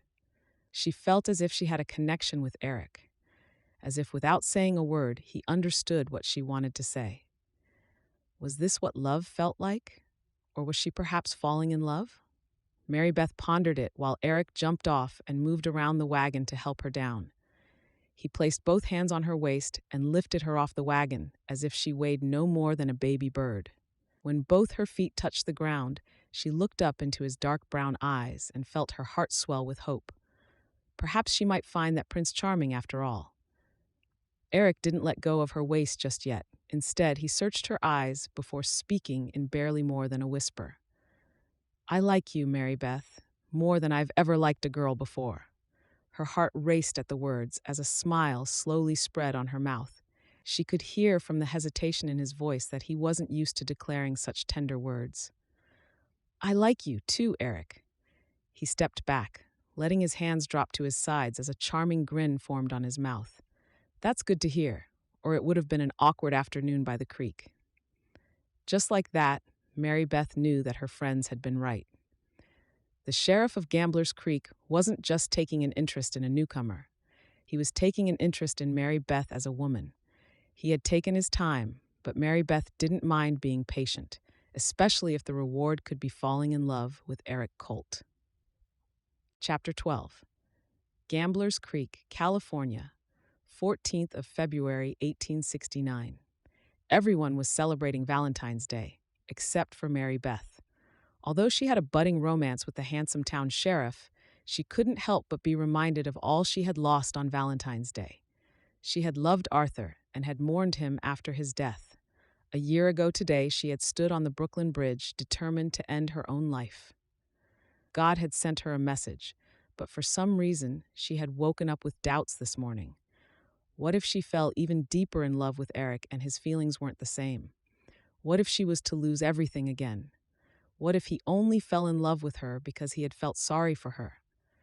The doubts kept piling up in her mind as she worked, so much so that by lunchtime, Peter stopped beside her with concern etching his brow.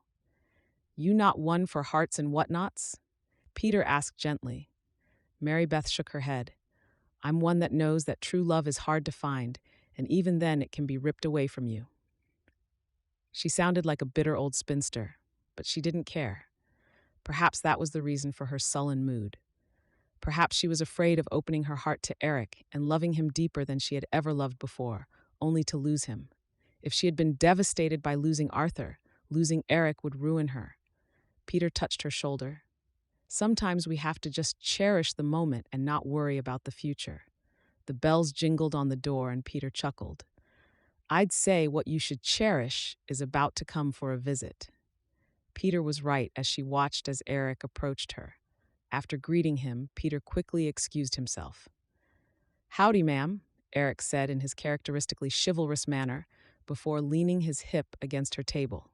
"I was wondering if I might tempt you to dinner tonight? I'd invite you to the ranch, but I know you wouldn't feel comfortable spending the night, so how about I invite myself over to your cabin for dinner?" Mary Beth set down her sewing and shook her head. She had been surprised to see Eric's beautiful ranch and the effort he had put into fencing off a few paddocks.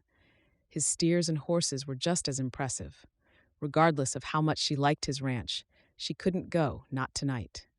She didn't even want him to come over to visit her tonight because she knew her mood would only sully the evening for them both. "I'm afraid I'm going to have to say no. It's been a long day and I'm feeling a little under the weather, to be honest." It was a lie, but one Mary Beth hoped he would believe. Eric frowned and narrowed his gaze. "The Oriental medicine woman has some herbs that the mayor swears by. Would you like me to get you some?" "No," Mary Beth said quickly. "I think rest should do the trick, but enjoy your evening." As if dismissing him, she picked up her sewing and continued to work. He waited a moment before leaving. Mary Beth knew she had probably just been rude, but she had to work through the demons in her own mind. Either she was going to put the doubts and the fears aside, or she should end things with Eric before they got more serious.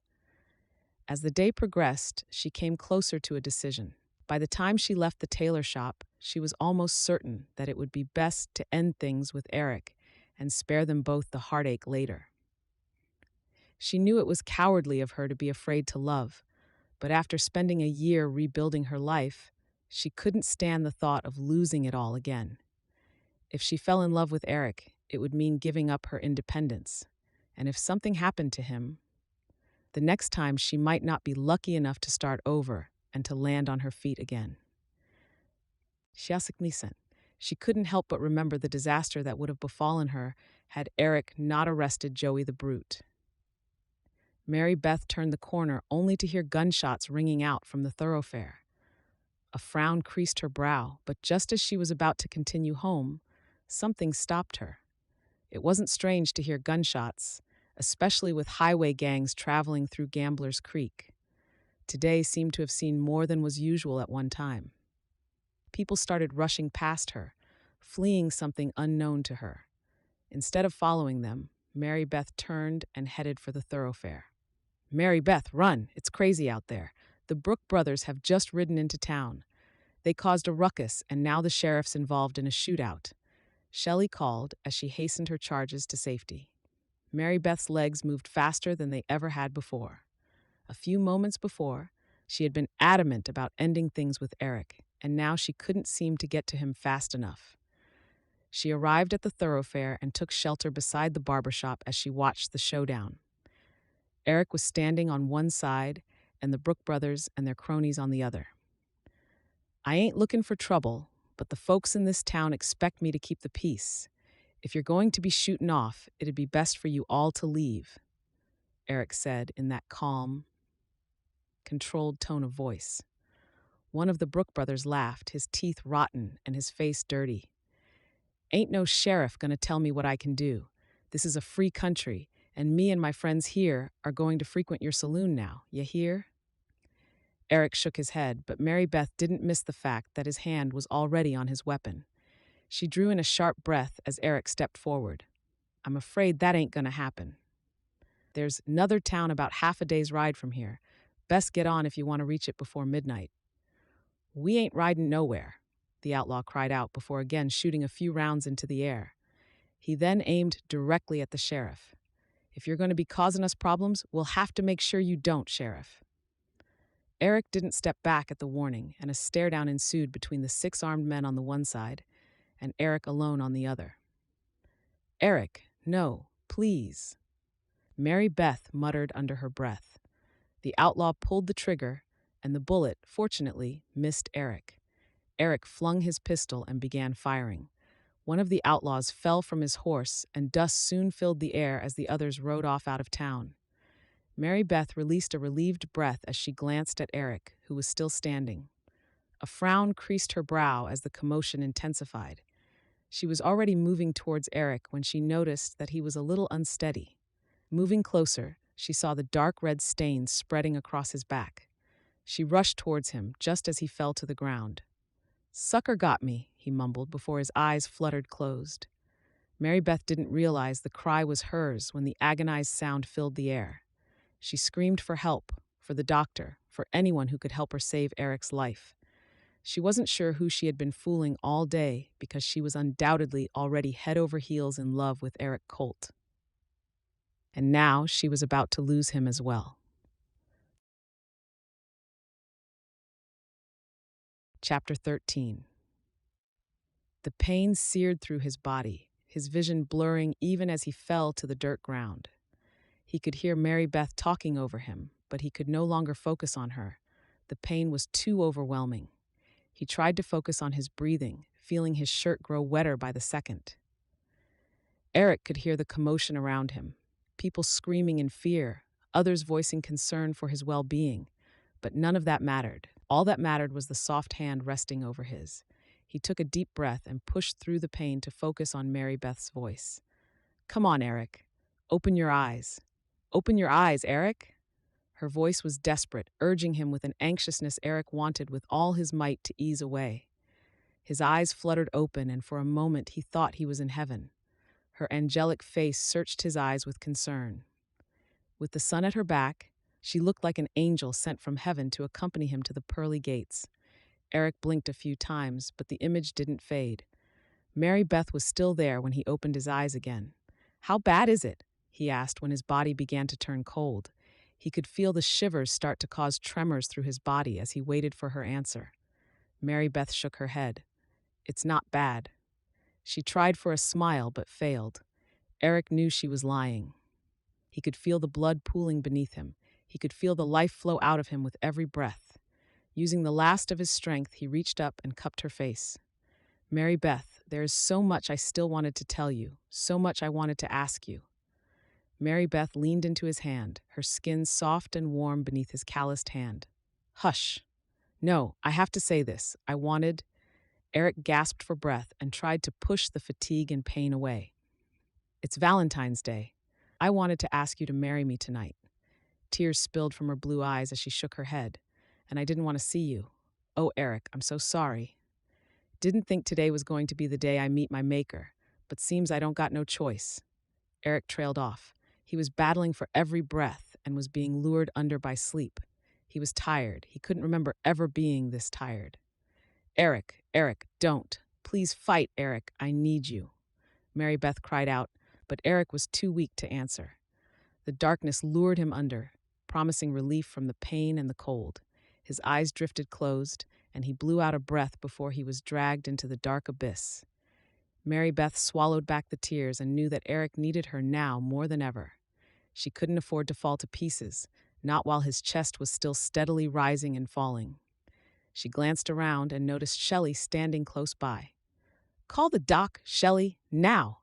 Shelley shook her head, but when Mary Beth shouted again, she took off at a run. Mary Beth turned to see the town's proprietors standing around, as well as the mayor. "Come quick. I need you to take him to my cabin," Mary Beth said, taking control of the situation. She couldn't lose Eric, not now. Not when they had both found love after all this time. The men took turns looking at each other while Mary Beth pushed herself up from the dirt and walked up to the mayor. "He would have done this for you. Help him, please. Let me help him. I just need your help to get him to my cabin." The mayor drew in a deep breath before turning to the other men. "Grab a wagon and blankets and make it quick." Before the men had returned with the wagon, Shelley returned with the doctor in tow. "He's still breathing," Mary Beth began rambling. "I don't know what to do. Just please help him." The doctor kneeled beside Eric and gently rolled him onto his side. "The bullet seems to have gone through, but the exit wound is a mess. He's losing a great deal of blood." "We've got the wagon," the mayor called out, moving closer. Mary Beth glanced at the doctor before turning to the mayor. "Take him to my cabin. Doc, can you follow us? You can treat him there. I've got clean water and blankets." The doctor nodded as he stood and grabbed hold of his bag. He stepped closer to Mary Beth as the men loaded Eric onto the wagon and spoke in a soft voice. "There isn't much hope." Mary Beth refused to lose hope. She shook her head fiercely. "While he's breathing, there is hope. There has to be." Doc shrugged, but he followed Mary Beth and the other men to her cabin. Mary Beth scrubbed the kitchen table before the men laid Eric on it. The doctor then invited the men to leave. Mary Beth was ordered to boil water while the doctor began cutting away Eric's shirt. She tried to avert her gaze from the wound on Eric's back, but a single glance made her feel faint. She headed outside quickly, leaving Doc to do his job in peace. Tears began flowing over her cheeks in rivulets. As long as he was breathing, there was hope, she repeated over and over again. But after seeing the wound, Mary Beth knew that hope was more than just a long shot. Eric was badly wounded, and there was a very good chance that he would not recover. She didn't know much about bullet wounds, but from her vantage point, the bullet seemed to have gone through his lungs. Her heart clenched in her chest as she shook her head. She couldn't bury another man. She couldn't stand to lose Eric before their life together had even started. Just this morning, she had been afraid of this, and now she was faced with losing him even before she had a chance to tell him that she cared for him. Chapter 14. Gamblers Creek, California, 17th of February, 1869. The fire was crackling in the hearth, and the moon was high in the starry sky. It was a beautiful evening in Gamblers Creek, and while some made use of the opportunity to stargaze in the meadows around town, Mary Beth did not.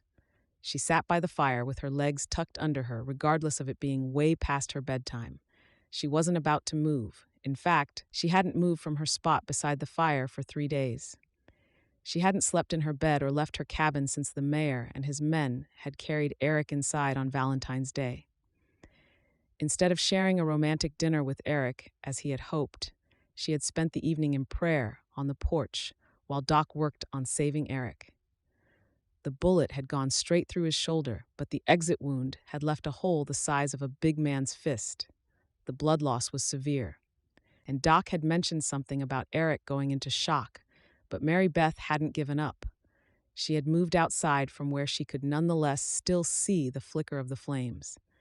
Gunpowder was used for years to cauterize wounds, but the smell of Eric's burning flesh would remain with her for the rest of her life.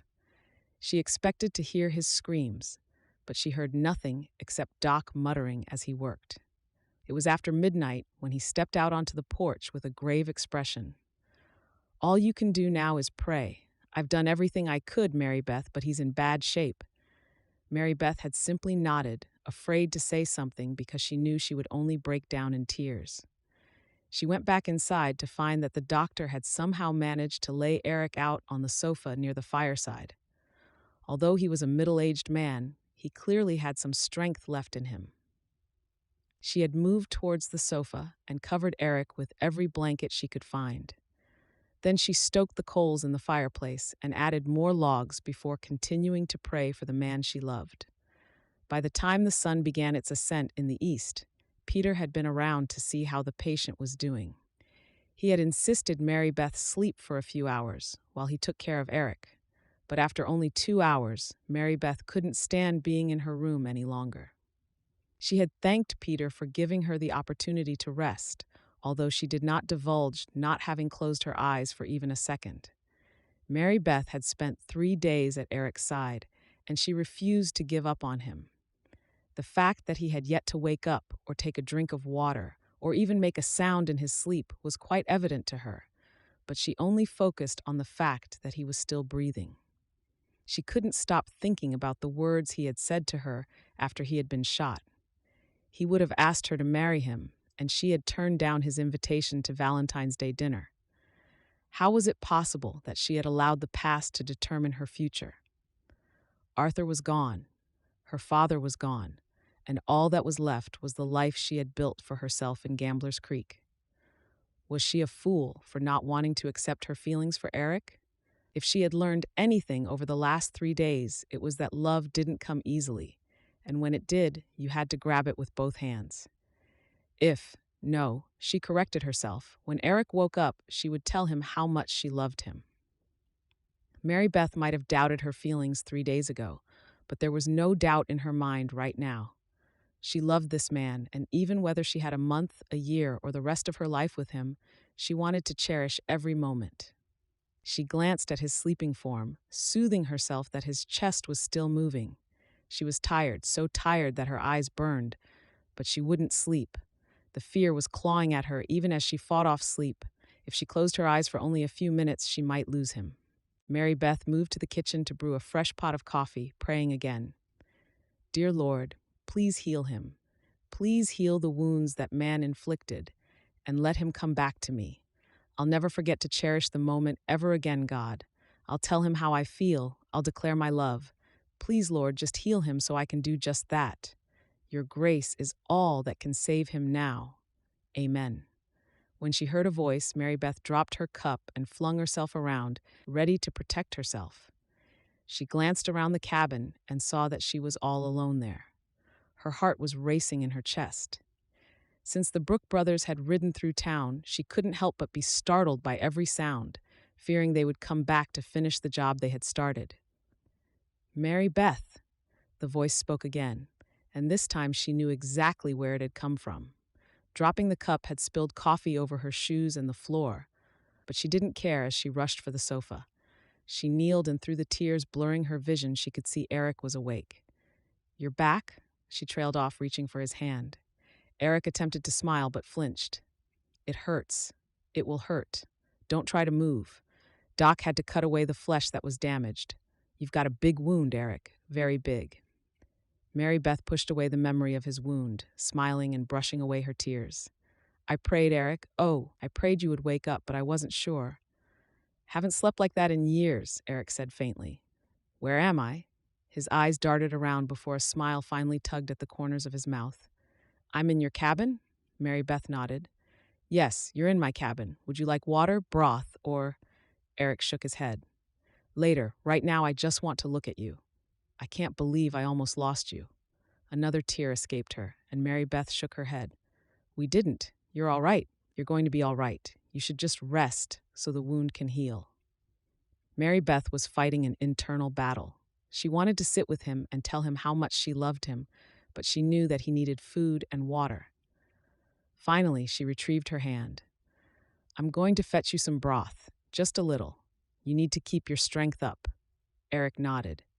That sounds good. Mary Beth served him a cup of broth and poured him a glass of water and then rushed back to the sofa. She fed him by the spoonful, grateful for every mouthful of broth he managed to keep down. When he finished the entire bowl, she could feel the fear begin to ease. He was going to recover, she was sure of it. Sleep now, you need all the sleep you can get, Mary Beth said, tucking the blankets around him. Eric was about to argue when a yawn escaped him. I guess you're right, just a little. His eyes drifted closed and Mary Beth sighed with relief. She couldn't wait to get word to the doc that he'd woken up, but that could wait until morning. Right now, she just wanted to sit by his side, knowing that he was all right. For the first time in 3 days, she gave in to her burning eyes and rested her head on his good shoulder. Within minutes, she was fast asleep. She was sitting on the plank floor, with her head resting against Eric's shoulder. Regardless of the discomfort, she was exactly where she wanted to be. She slept fitfully, a sleep filled with dreams that coaxed her to hope even more. Dreams of living on the ranch with Eric, dreams of being his wife and having his children, having a herd to rival most, even as they planted a vegetable garden in the summer. A smile curved her mouth in her sleep as she murmured the words she struggled to say when she was awake. I love you, Eric. Don't leave me. Chapter 15. Gamblers Creek, California, 18th of February, 1869. Eric woke up, thirsty and hot. He tried to shift only to notice Mary Beth's head on his good shoulder. He didn't want to wake her, but he needed to throw off some of the blankets. His injured shoulder was burning like an inferno, and the bedroll she had placed beneath his head was soaking wet. A frown marred his brow as he tried to figure out what had happened. He reached for the blanket and had barely shifted beneath her when Mary Beth jumped up with a startled expression. What time is it? She asked, confused by sleep. Eric smiled through the heat and pain. I don't know. I'm feeling hot. When Mary Beth spoke again, Eric couldn't help but be confused to see white puffs escape her mouth. Why was he so hot when it was so cold? I can't believe I fell asleep. Do you need anything? Eric shook his head as he began tossing the blankets off of himself. No, I'm just so hot. A frown creased her forehead as she laid a hand over his brow. You're burning up. Her voice was tinged with concern. I need to see your wound.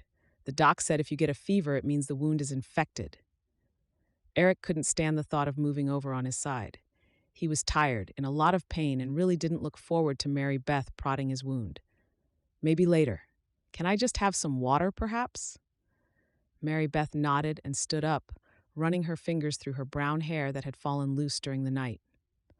With the morning sun shining in through the windows, Eric's breath simply caught. He couldn't remember ever seeing such a beautiful sight in his entire life.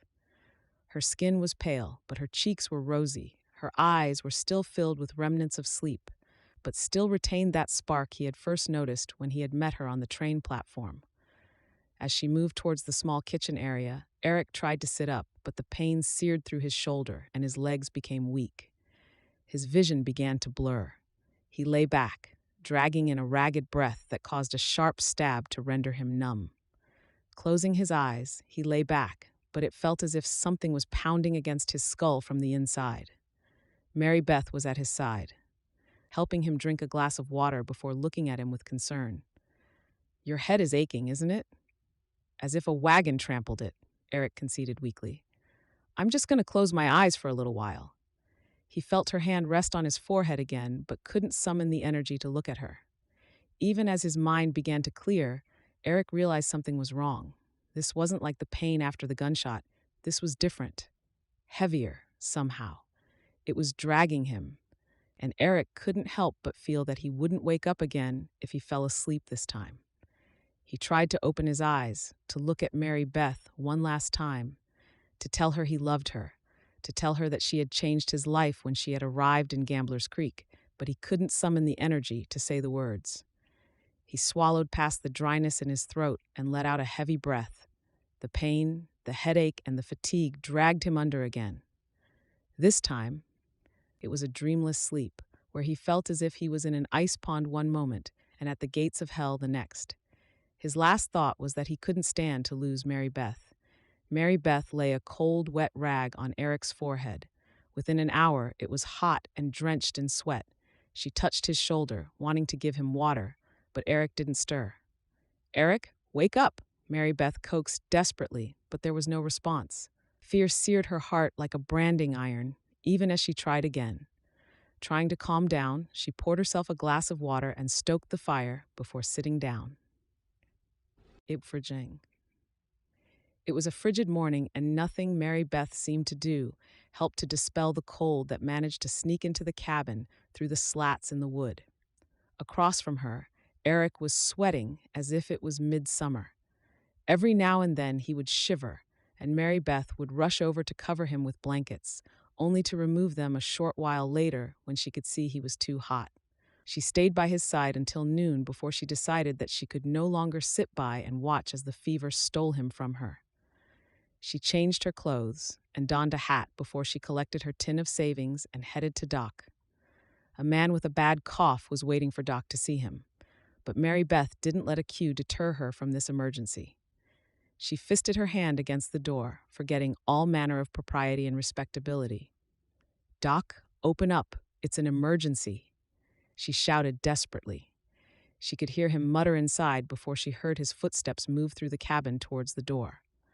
Doc opened the door, looking as if he could do with a good night's rest. "Mary Beth, what's all this shouting about?"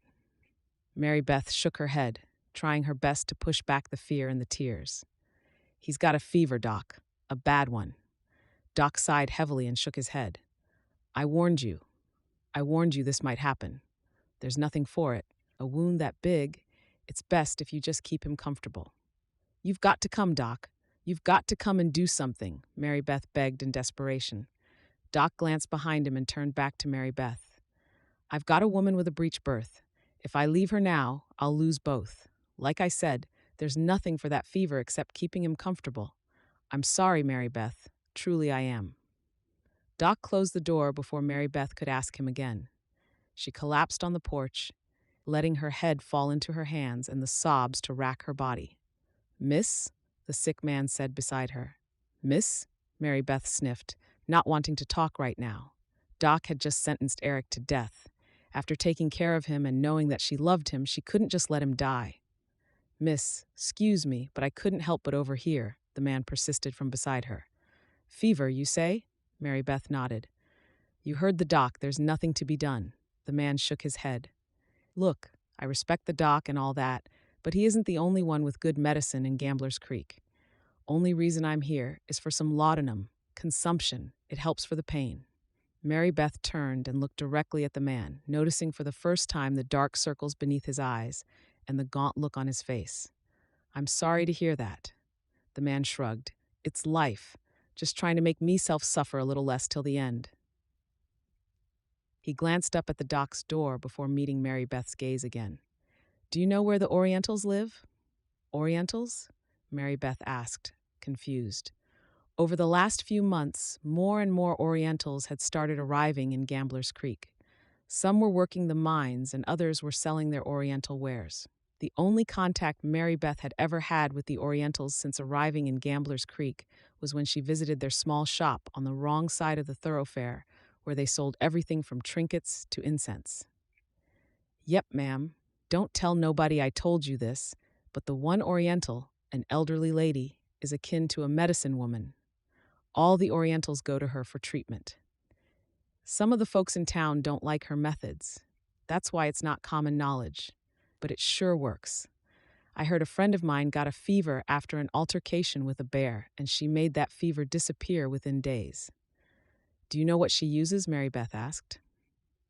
Siniling. She was a Christian woman and had heard about the Orientals and their strange ways and their strange gods. She didn't want to get involved in something she'd regret, but if the Oriental woman could help her, then she was heading there right away. Mary Beth clutched her tin of money to her chest as she headed for the Oriental corner of town. It had come by that name since most of the residents of Gambler's Creek avoided it all cost. They had pig pens there, between their homes, and the stench was horrible. Although Mary Beth knew that the pigs, chickens, and even the few goats they kept were their source of livelihood, she couldn't help but dread moving through it. She finally stopped at a small shanty that best met the description given to her by the man at Doc's office. She knocked, and a young boy of about 17 opened the door. Yes? His English was stilted, and his expression was one of irritation, but Mary Beth pushed ahead. I've come to see the medicine lady. His brows rose before he called something over his shoulder in Chinese.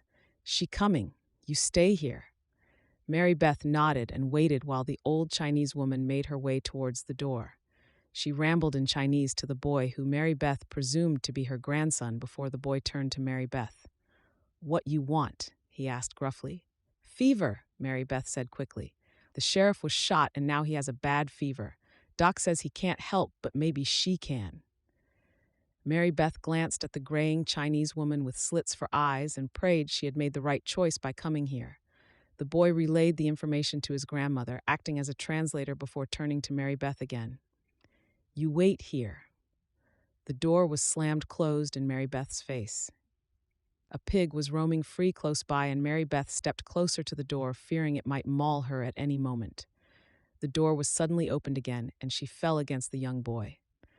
I'm sorry, the pig. No mind, he said in his stilted English. You give him this now, and again 4 hours until he's better. He held up 4 fingers and handed Mary Beth a small bag of white powder. Mary Beth accepted it and frowned. What is it? Gan Lu Xiao Du Dan. Don't matter. It will help.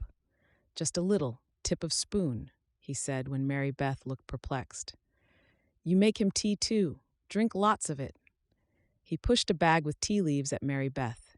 She nodded, not sure if the herbs and funny powder in the bag would do anything but accepting, nonetheless, that it might well be her last hope.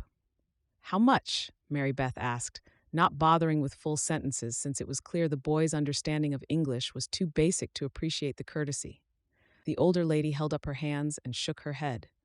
No charge, the boy said before turning to acknowledge his grandmother, who was speaking rapidly. Just go now and give him this. Remember, every 4 hours.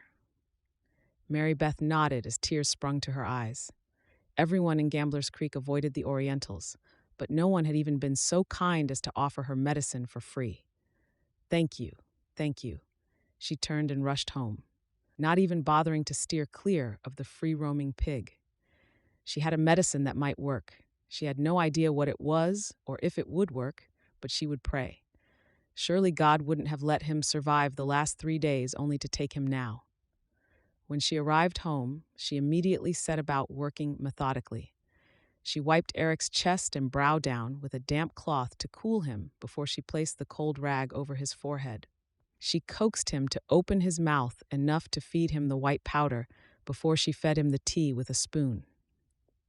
It smelt like peppermint and cayenne pepper, but Mary Beth didn't care about the smell. She only cared about getting it into Eric. She finished medicating him and set about cleaning the cabin, needing to keep busy. After 4 hours, she repeated the routine, this time trying to give him a little more tea than before. When the sun set in the west, Mary Beth was no more hopeful than she had been that morning. She fed him more medicine before taking her seat by the fire. She would guard and pray over him for the rest of the night because she had a feeling it might be the last night she would have that privilege. Chapter 16. Gambler's Creek, California, 19th of February, 1869. Mary Beth woke up before dawn, but she didn't dare move. She glanced across the room to the sofa, where Eric was still fast asleep. She couldn't summon the courage to check whether he was still breathing. Tears burned her eyes as she clutched the blanket closer around her. She knew that she had to give him more medicine, or at least check that he was still breathing. But as long as she was sitting in her chair, she could pretend he was just sleeping. She closed her eyes and began praying harder than she had ever prayed before. Lord, please heal him. Please let the fever leave his body. Let his body heal, Lord. Please, Lord, I know you can heal him. I need him, Lord, more than I've ever needed anyone before. I can go on without him. I know that now, but I don't want to. I want to spend my life with him, by my side. I want to have his children and build a life with him right here in Gambler's Creek. Please, dear Lord, let me have a chance to tell him that. Amen. As soon as Mary Beth opened her eyes and looked in his direction, she found Eric smiling back at her. She blinked a few times, hoping she hadn't imagined it. When she opened her eyes again, he was still smiling at her. You want to spend the rest of your life with me? Eric asked with a weak smile that made Mary Beth's heart skip a beat. Eric, Mary Beth said on a chuckle. You're awake. For a moment I thought... Eric smiled. I'm here. I'm not going anywhere. It's cold in here, he said, glancing at the fire. After suffering from a fever for the last 2 days, Mary Beth couldn't help but laugh. I needed to cool you down. I'm cool, Eric said, tugging the blankets around him. What's wrong? Mary Beth shook her head. You had a fever, a terrible fever. Doc said, he couldn't do anything. I gave you medicine that I got from the Orientals. She trailed off, wondering if he would be angry at her for giving him Oriental medicine. The powder. I remember you giving me powder. Eric trailed off. Mary Beth nodded as she stood up and walked towards him. She laid a hand on his forehead and found it blissfully cool. At some time during the night, the fever had broken. She knew he wasn't out of the woods yet. He still had the wound on his back, but now that the fever was gone, there was hope. How are you feeling? Like I've been shot, Eric said with a wry grin. How are you feeling? You look tired. Mary Beth smiled as she nodded. I've had better days. I was worried. Eric chuckled, which made him flinch, and then met her gaze. Did you mean what you just said? Do you want to spend the rest of your life with me? I do. I'm so sorry, Eric, that I turned you down on Valentine's Day. It's just with everything that has happened on previous Valentine's Days, it holds bad memories for me. Now it holds another one, of me being shot. Mary Beth shook her head. I've realized none of that matters. Not the bad memories, the past, or even the reason why I came to Gambler's Creek in the first place. I was so afraid of falling in love and losing someone again. Afraid of having to start over again. I let my fear get in the way of my dreams. I want to spend the rest of my life with you. I don't know if you remember, but after you were shot, you said you were going to ask me to marry you. I'm not waiting for you to ask me again, Eric. Will you marry me? Eric's smile broadened as he sat up. He was far from recovered, but the light she had seen in his eyes on that first day was back. He shrugged with a grin before he nodded slowly. I might be inclined to spend my life with you. I never wanted this either, Mary Beth. I was happy spending my life as a lone ranger, and then I met you, and I just knew that I wanted to protect you. I always thought love was for weak men. I realize now it's weak men who never dare to love because they're too weak to open their hearts. Mary Beth laughed, shaking her head. So, we're engaged? Eric chuckled. Sounds like we're engaged. I love you, Mary Beth. I love you, Eric. Mary Beth said, flummoxed after having proposed to a man. It was so unorthodox, so completely out of the ordinary. But if Mary Beth had learned anything since coming to Gambler's Creek, it was that nothing in the West was ordinary. She brushed away the happy tears that slipped over her cheeks. I had best go get your medicine. But I'm better, Eric argued. Mary Beth shook her head. You'll take your medicine. I'm not taking any chances. I've also buried you a dozen times over the last few nights in my mind. Until I'm certain you've got both feet on the right side of that grave, you'll do as you're told. Eric grinned at her. Barely engaged, and the nagging already begins. Mary Beth laughed as she moved to the kitchen to fetch him a serving of broth and the Oriental medicine. Better get used to it because I plan on nagging you for the rest of my life. Eric muttered under his breath. But she could hear the teasing tone in his voice. I would choose that over being a lone ranger any day of the week. When she returned to his side, The fear had finally eased its grip on her heart. It would take a while for him to heal and to regain his strength, but until then, Mary Beth would take care of him. Epilogue. Gamblers Creek, California, 14th of February, 1873. The ranch was bustling with people. Everyone had come out for the Valentine's Day picnic on the Colt Ranch. Although Mary Beth had been making biscuits and beans since the day before, she didn't mind the trouble. Ever since their first Valentine's Day as a married couple, Eric insisted the day be used to make good memories for Mary Beth.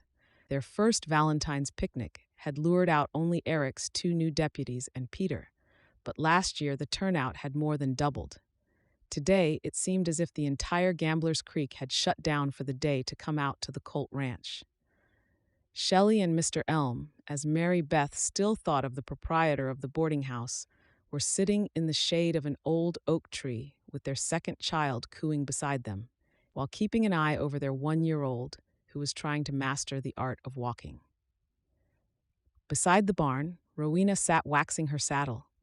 She'd be heading out on a trapping expedition in the morning, and this time she aimed to take on the Canadian wilds.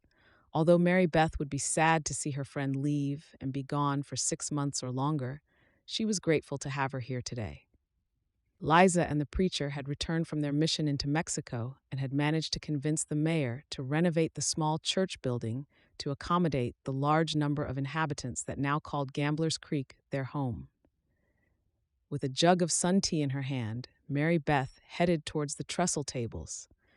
Eric and his deputies had set up as a refreshment table. Her eye caught the large willow by the creek, and her heart swelled in her chest. Peter had succumbed to flu during the previous winter, and Mary Beth still missed him every day. On the day she wed Eric, it was Peter who had walked her down the aisle. Peter had given her a job when she had no refuge and had become like a father to her. When he passed away, no one had been more surprised than Mary Beth to learn that she was to inherit everything he owned, including the tailor shop. A smile bloomed on her face, knowing she would always cherish the memories she had of the kind old tailor. He had been the first one to predict that she and Eric would be together. At the time, Mary Beth hadn't even considered finding love again, but she was glad that Eric and Peter had proved her wrong. She turned when a hand touched her shoulder. "Come, take a walk with me," Eric said with a warm smile. His dark brown eyes still made her heart skip a beat even after 3 years of being his wife. Mary Beth shook her head with a smile. "We've got guests. I can't go traipsing through the paddock with you now." Eric shrugged. "Of course you can. It's our ranch. We can do whatever we want. Besides, it's Valentine's Day. Don't I deserve a little time with my Valentine?" Mary Beth was about to say no, but she nodded in agreement, knowing it was what she wanted to do. Eric was right. The day was about more than just a picnic. For her and Eric, Valentine's Day had become a symbol of their love, a reminder of what they had gone through before they could be together. She slipped her hand into Eric's, and together they walked towards the paddock. It was a cool afternoon, but it didn't bother Mary Beth in the least. The fresh chill in the air made her feel alive, and after almost losing Eric, she cherished every breath she could take with him by her side. As they walked, she couldn't help but think back to the night she had stood on the Brooklyn Bridge. If God hadn't stopped her, she would never have met a wonderful man like Eric. She would have never made friends with 3 vastly different but wonderful women, and most of all, she wouldn't have a belly swollen with life that had been born from their love. Prosody turned to her when the voices and the cheerful sounds from the picnic faded into the background. "How are you feeling?" Mary Beth smiled and touched a hand to her belly. "Good, I'm feeling very good. I can't believe this little one is almost here." Eric glanced at her belly. "A week, maybe 2 more?" Letting out a sigh, Mary Beth nodded. "Yes. Did you see Ma Lee came out today?" Eric turned to look at the small group of Orientals sitting in the shade beside the barn. After Ma Lee had saved Eric's life with her herbs and teas, both Eric and Mary Beth had made it their priority to help the inhabitants of Gamblers Creek accept their foreign neighbors. Ma Lee was no longer giving out medicine for free. She now had a small shop in the thoroughfare from which she treated everything from whooping cough to fatigue. Some folks were still reticent to try her Chinese herbs, but many trusted in her healing gift, just as they trusted Doc when he was in town. "You've brought an entire town together, Mary Beth. Do you know how proud I am of you?" Eric asked, brushing his lips tenderly over her cheek. Mary Beth smiled up at her husband and nodded. "Do you know how blessed I am to have found you? Just 4 years ago, I was ready to end it all. Never in a million years would I have imagined that God had this in store for me." Eric smiled. "For I have plans for the future for you, plans to prosper and not to harm you." Before Eric could continue, Mary Beth let out a sharp cry. "Maybe tomorrow, today he plans to harm me." Eric searched her gaze in concern when another pain clenched Mary Beth's abdomen. "The baby, Eric, the baby is coming," Mary Beth said, exasperated that he had not understood. Eric's eyes widened with surprise. "But it's too early." Mary Beth chuckled before the pain stole her breath. "You try telling it to stay put for 2 more weeks. It's coming." Eric nodded as Mary Beth clutched his arm at the next contraction. "Good thing we've got the Doc and Molly out here today." "Eric, stop making jokes. It hurts." Eric smiled as he took her hand and slowly led her towards their cabin, the home they had made together for the family they intended to be a part of. "Love hurts, Mary Beth. I still remember how much it hurt when you told me you wouldn't join me for dinner on Valentine's Day." Mary Beth knew he was trying to take her mind off the pain, but she couldn't help but tease him back. "It hurt even more when you were shot later that day, in an attempt to just spend the evening with me." Mary Beth shared a teasing smile with her husband. The pain might be unbearable, but tomorrow, this time she would be holding a baby in her arms, and she already knew that God had plans to prosper her baby. Just like he had given her the happily ever after she had never dreamed she would have.